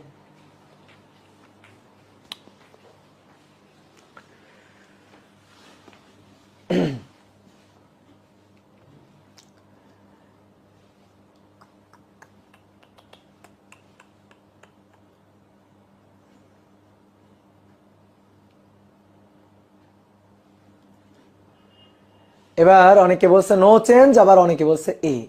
নেড়া একবার বেলতলায় যায়, বুঝলা? নেড়া বারবার বেলতলায় যায় না। হ্যাঁ, যারা বলতেছ নো চেঞ্জ তারা হুজুকে বলতেছ। এমডি সিয়াম, এমডি শামসুজ্জামান, এগুলো হচ্ছে নেড়া, ঠিক আছে? এরা বারবার বেলতলায় যাইতেছে। এটা নো চেঞ্জ হবে না, এটা বুঝে বলতে হবে। আসো সূত্র দেখো, ভালো করে সূত্র দেখো। CRMS √3RT divided by M বা √3KT ডিভাইডেড বাই এম, যেটাই বলো না কেন। দেখো কোনটার কি চেঞ্জ করা হয়েছে আমি দেখতে চাই না, তাপমাত্রার কি চেঞ্জ করা হয়েছে এটা আমি দেখতে চাই। তো অনেকে ভাবতেছে তাই তাপমাত্রাতে কোনো চেঞ্জ করা হয়নি। এই পাগল, তাপমাত্রা চেঞ্জ করা হয়েছে, ভালো করে বোঝো। কি প্রক্রিয়ায়? সম আয়তন প্রক্রিয়ায়। সম আয়তন প্রক্রিয়ায় ভি কনস্ট্যান্ট। তো ভি যদি কনস্ট্যান্ট থাকে তো চাপের সাথে তাপমাত্রার সম্পর্ক সমানুপাতিক। বোঝো, চাপীয় সূত্র, চাপীয় সূত্র। প্রেসার আর টি পরস্পরের সাথে সমানুপাতিক, ভি কনস্ট্যান্ট থাকলে, চাপীয় সূত্র 3 নম্বর সূত্রটা। তাহলে প্রেসার কি বলা হয়েছে? চাপ দ্বিগুণ। তাহলে প্রেসার যদি 2 গুণ হয় তাহলে টেম্পারেচারও 2 গুণ হবে, ঠিক আছে? এবার টেম্পারেচার কত গুণ? আমার প্রেসার কত গুণ ভাই দরকার নেই, প্রেসার কত গুণ ও ফেলে দাও। আমার দরকার টেম্পারেচার কত গুণ, টেম্পারেচার দ্বিগুণ। পেয়ে গেছি, টেম্পারেচার যদি দ্বিগুণ হয় তো কে সিআরএমএস এটা হবে √2 গুণ, √2 গুণ। বুঝছো? এই যে √2 গুণ, এটা অ্যান্সার। এটার অ্যান্সার যদি কেউ মনে করো ভাই আপনি তো এই সূত্র দিয়ে দিলেন, আমি যদি এই সূত্র দিয়ে দিতে চাই, কোনটা? সিআরএমএস ইকুয়াল টু √3p/ρ, কোনো ব্যাপার না, হবে, হবে, কোনো সমস্যা নেই, হবে। কিভাবে হবে দেখো, PB equal to nRT, nRT, ঠিক আছে? PB equal to nRT. তাহলে বোর্ডে দেখো, দেখো সম আয়তন প্রক্রিয়ায় আয়তনটা কনস্ট্যান্ট থাকবে, এই যে আয়তনটা কনস্ট্যান্ট। তাহলে আয়তনটা কনস্ট্যান্ট, এটা এন আর, আয়তন কনস্ট্যান্ট আছে। চাপ যদি দ্বিগুণ করা হয়, দেখো আয়তন কনস্ট্যান্ট আছে, প্রেসার আমি বাড়াবো। আয়তন কনস্ট্যান্ট আছে, প্রেসার বাড়াচ্ছি, আয়তন কনস্ট্যান্ট রেখে প্রেসার বাড়াচ্ছি, চাপ বাড়াচ্ছি। তো আমি কিন্তু ঘনত্বের কোনো পরিবর্তন করতেছি না। ঘনত্ব কি? ρ ইকুয়াল টু কি? m/v। তো ভি যদি চেঞ্জ করতাম তাইলে না ঘনত্ব পরিবর্তন হইলো। এটা তো এমনি কনস্ট্যান্ট আর এটাও কনস্ট্যান্ট, তার মানে ঘনত্বটা কনস্ট্যান্ট, তাহলে নিচে ঘনত্বটা কনস্ট্যান্ট। বাট প্রেসার যদি দ্বিগুণ করা হয়, দেখো এন আর কনস্ট্যান্ট, ভি কনস্ট্যান্ট, তাহলে প্রেসারের সাথে টেম্পারেচারের সম্পর্ক হচ্ছে সমানুপাতিক। তাহলে প্রেসার যদি দ্বিগুণ করা হয় তাহলে তাপমাত্রা দ্বিগুণ হবে, প্রেসার দ্বিগুণ করা হলে তাপমাত্রাটা দ্বিগুণ হবে। তো আমাদের বলা হয়েছে প্রেসার কয় গুণ? প্রেসার দ্বিগুণ। তাহলে ঘনত্ব কনস্ট্যান্ট রেখে প্রেসার দ্বিগুণ, ঠিক আছে, ঘন মানে আয়তন কনস্ট্যান্ট মানেই ঘনত্ব কনস্ট্যান্ট, বুঝছো? আয়তন কনস্ট্যান্ট মানেই ঘনত্বটা কনস্ট্যান্ট। তাহলে আয়তন কনস্ট্যান্ট মানে ঘনত্ব কনস্ট্যান্ট, আর ঘনত্ব কনস্ট্যান্ট রেখে প্রেসার যদি দ্বিগুণ করা হয়, প্রেসার যদি দ্বিগুণ করা হয়, এবার যদি দ্বিগুণ করা হয়, তাহলে সিআরএমএস এবার √2 গুণ, এবার √2 গুণ। ঠিকই তো আছে, কি ক্লিয়ার? ইয়াসিন আরাফাত, দাদা ছুটি চাই, একে ধরে মায়ের হবে। ঠিক আছে, এত ছুটি কিসের? এখন এই যে ছুটি চাও করো, আর তারপরে গিয়ে ওই দেখবা ওই যে রাস্তায় গিয়ে পরীক্ষার আগে দাঁড়াইতে হবে, পরীক্ষা পিছান, আন্দোলন করবা, পরীক্ষা পিছান, বুঝছো? এখন ছুটি চাই না করে পড়াশোনা করো, না হলে ওই যে দেখবা না রাস্তায় কয়েকটা গিয়ে দাঁড়াইছে বলদগুলা, হ্যাঁ 7 দিন পরে পরীক্ষা, এখন আন্দোলন করতেছে, এদেরকে ধৈরা মানে পিটানো উচিত। ওই সময়টা নষ্ট না করে বাসায় বসে পড়লেও কাজে দিবে। এত আগে সিলেবাস দিছে, এত আগে শর্ট কোর্সের সিলেবাস ঘোষণা দিছে, 4 মাস আগে রুটিন দিছে, এতদিন হুঁশছিল না। আন্দোলন করলে তখন কর, তাই না? আন্দোলন করলে সময় মতো কর, তাই না? এখন আন্দোলন করে, ঢাকা ইউনিভার্সিটি কলেজে পড়ে, এক একজনের যে কি কথাবার্তা মিডিয়ার সামনে, হ্যাঁ, এদের জন্য ভালো স্টুডেন্টগুলা সাফার করে। এখন যদি কোনোভাবে এদের জন্য মনে করো যে আন্দোলনের দাবি দেওয়া মাইনে টাইনে নাই সরকার, ঠিক আছে, তাহলে ভালো স্টুডেন্টগুলো সাফার করবে এদের জন্য। ঠিক আছে, এরা মানে নিজেদের ভালো নিজেরাও বোঝে না। 50 মার্কে পরীক্ষা, 50 মার্কে যখন পরীক্ষা হবে তখন তো কোশ্চেনের মানে পরিধিটা ছোট হয়ে আসবে, তখন তো অপশন অত বেশি পাবে না, এবং কঠিন চ্যাপ্টারগুলো থেকে বেশি করে প্রশ্ন দিবে। 50 মার্কের পরীক্ষা, 22 ব্যাচকে ফুলের মেলা, আর কি 23 ব্যাচকে কেন অবহেলা, মানে ব্যানারের কথা দেখলেই হাসি লাগে।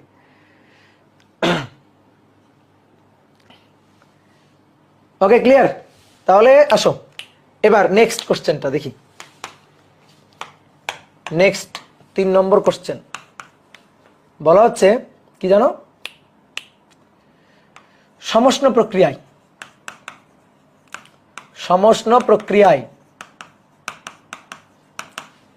গ্যাসের চাপ দ্বিগুণ করলে কি জানো? মূল গড় বর্গবেগ, সরি না, মূল গড় বর্গবেগ তো একবার হয়েই গেল। সমষ্ণ প্রক্রিয়ায় গ্যাসের চাপ দ্বিগুণ করলে গ্যাসের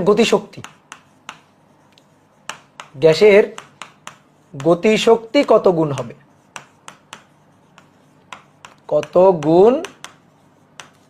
এটা হচ্ছে কোশ্চেন। গ্যাসের গতিশক্তির সূত্র তোমার লিখে দিচ্ছি, নাও, তোমাকে আমি হেল্প করতেছি। গ্যাসের গতিশক্তির সূত্র হচ্ছে E=3/2 PV। দেখো খাতা উল্টে দেখো, প্রমাণ করাইছে আজকে। তাহলে অপশনগুলো দিয়ে দিই। অপশন হচ্ছে 2, অপশন হচ্ছে √2, অপশন হচ্ছে 4, আর ধরো ভদ্রতার খাতিরে দিলাম নো চেঞ্জ। ঠিক আছে? তাহলে কি হবে বলো?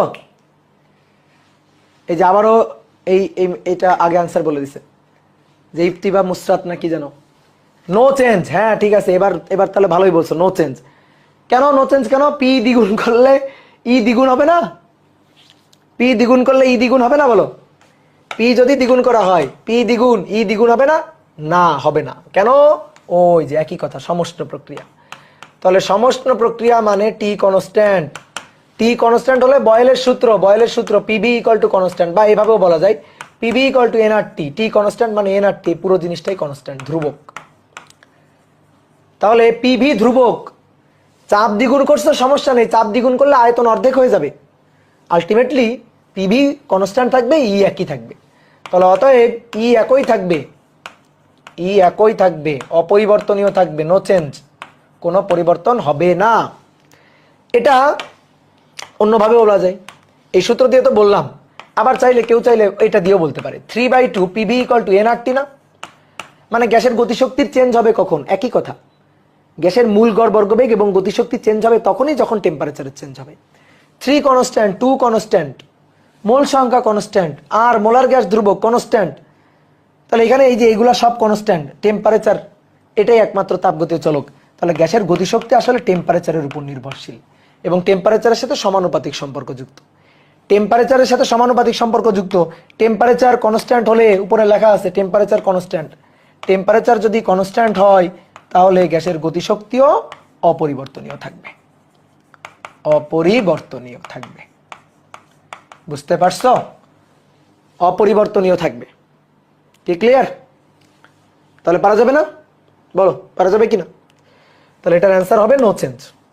তাহলে নাও লাস্ট এই কোশ্চেনের অ্যান্সার তোমরা দিবা, যে যে পারবে তার তার ছুটি। হ্যাঁ, 4 নম্বর, সমচাপে সমচাপে আয়তন দ্বিগুণ করা হলে, দ্বিগুণ করা হলে গ্যাসের গতিশক্তি কত গুণ? গ্যাসের গতিশক্তি, গ্যাসের গতিশক্তি কত গুণ? তাহলে অপশন দিয়ে দিই নাকি? 2 গুণ, √2 গুণ, 4 গুণ, আর ডি নম্বর হচ্ছে নো চেঞ্জ। নাও এটা করেই ছুটি, এটা পারলেই ছুটি, যে যে পারবে তার তার ছুটি। এবার কত গুণ হবে? এইবার হবে দ্বিগুণ। ঠিক আছে, এবার কিন্তু নো চেঞ্জ হবে না।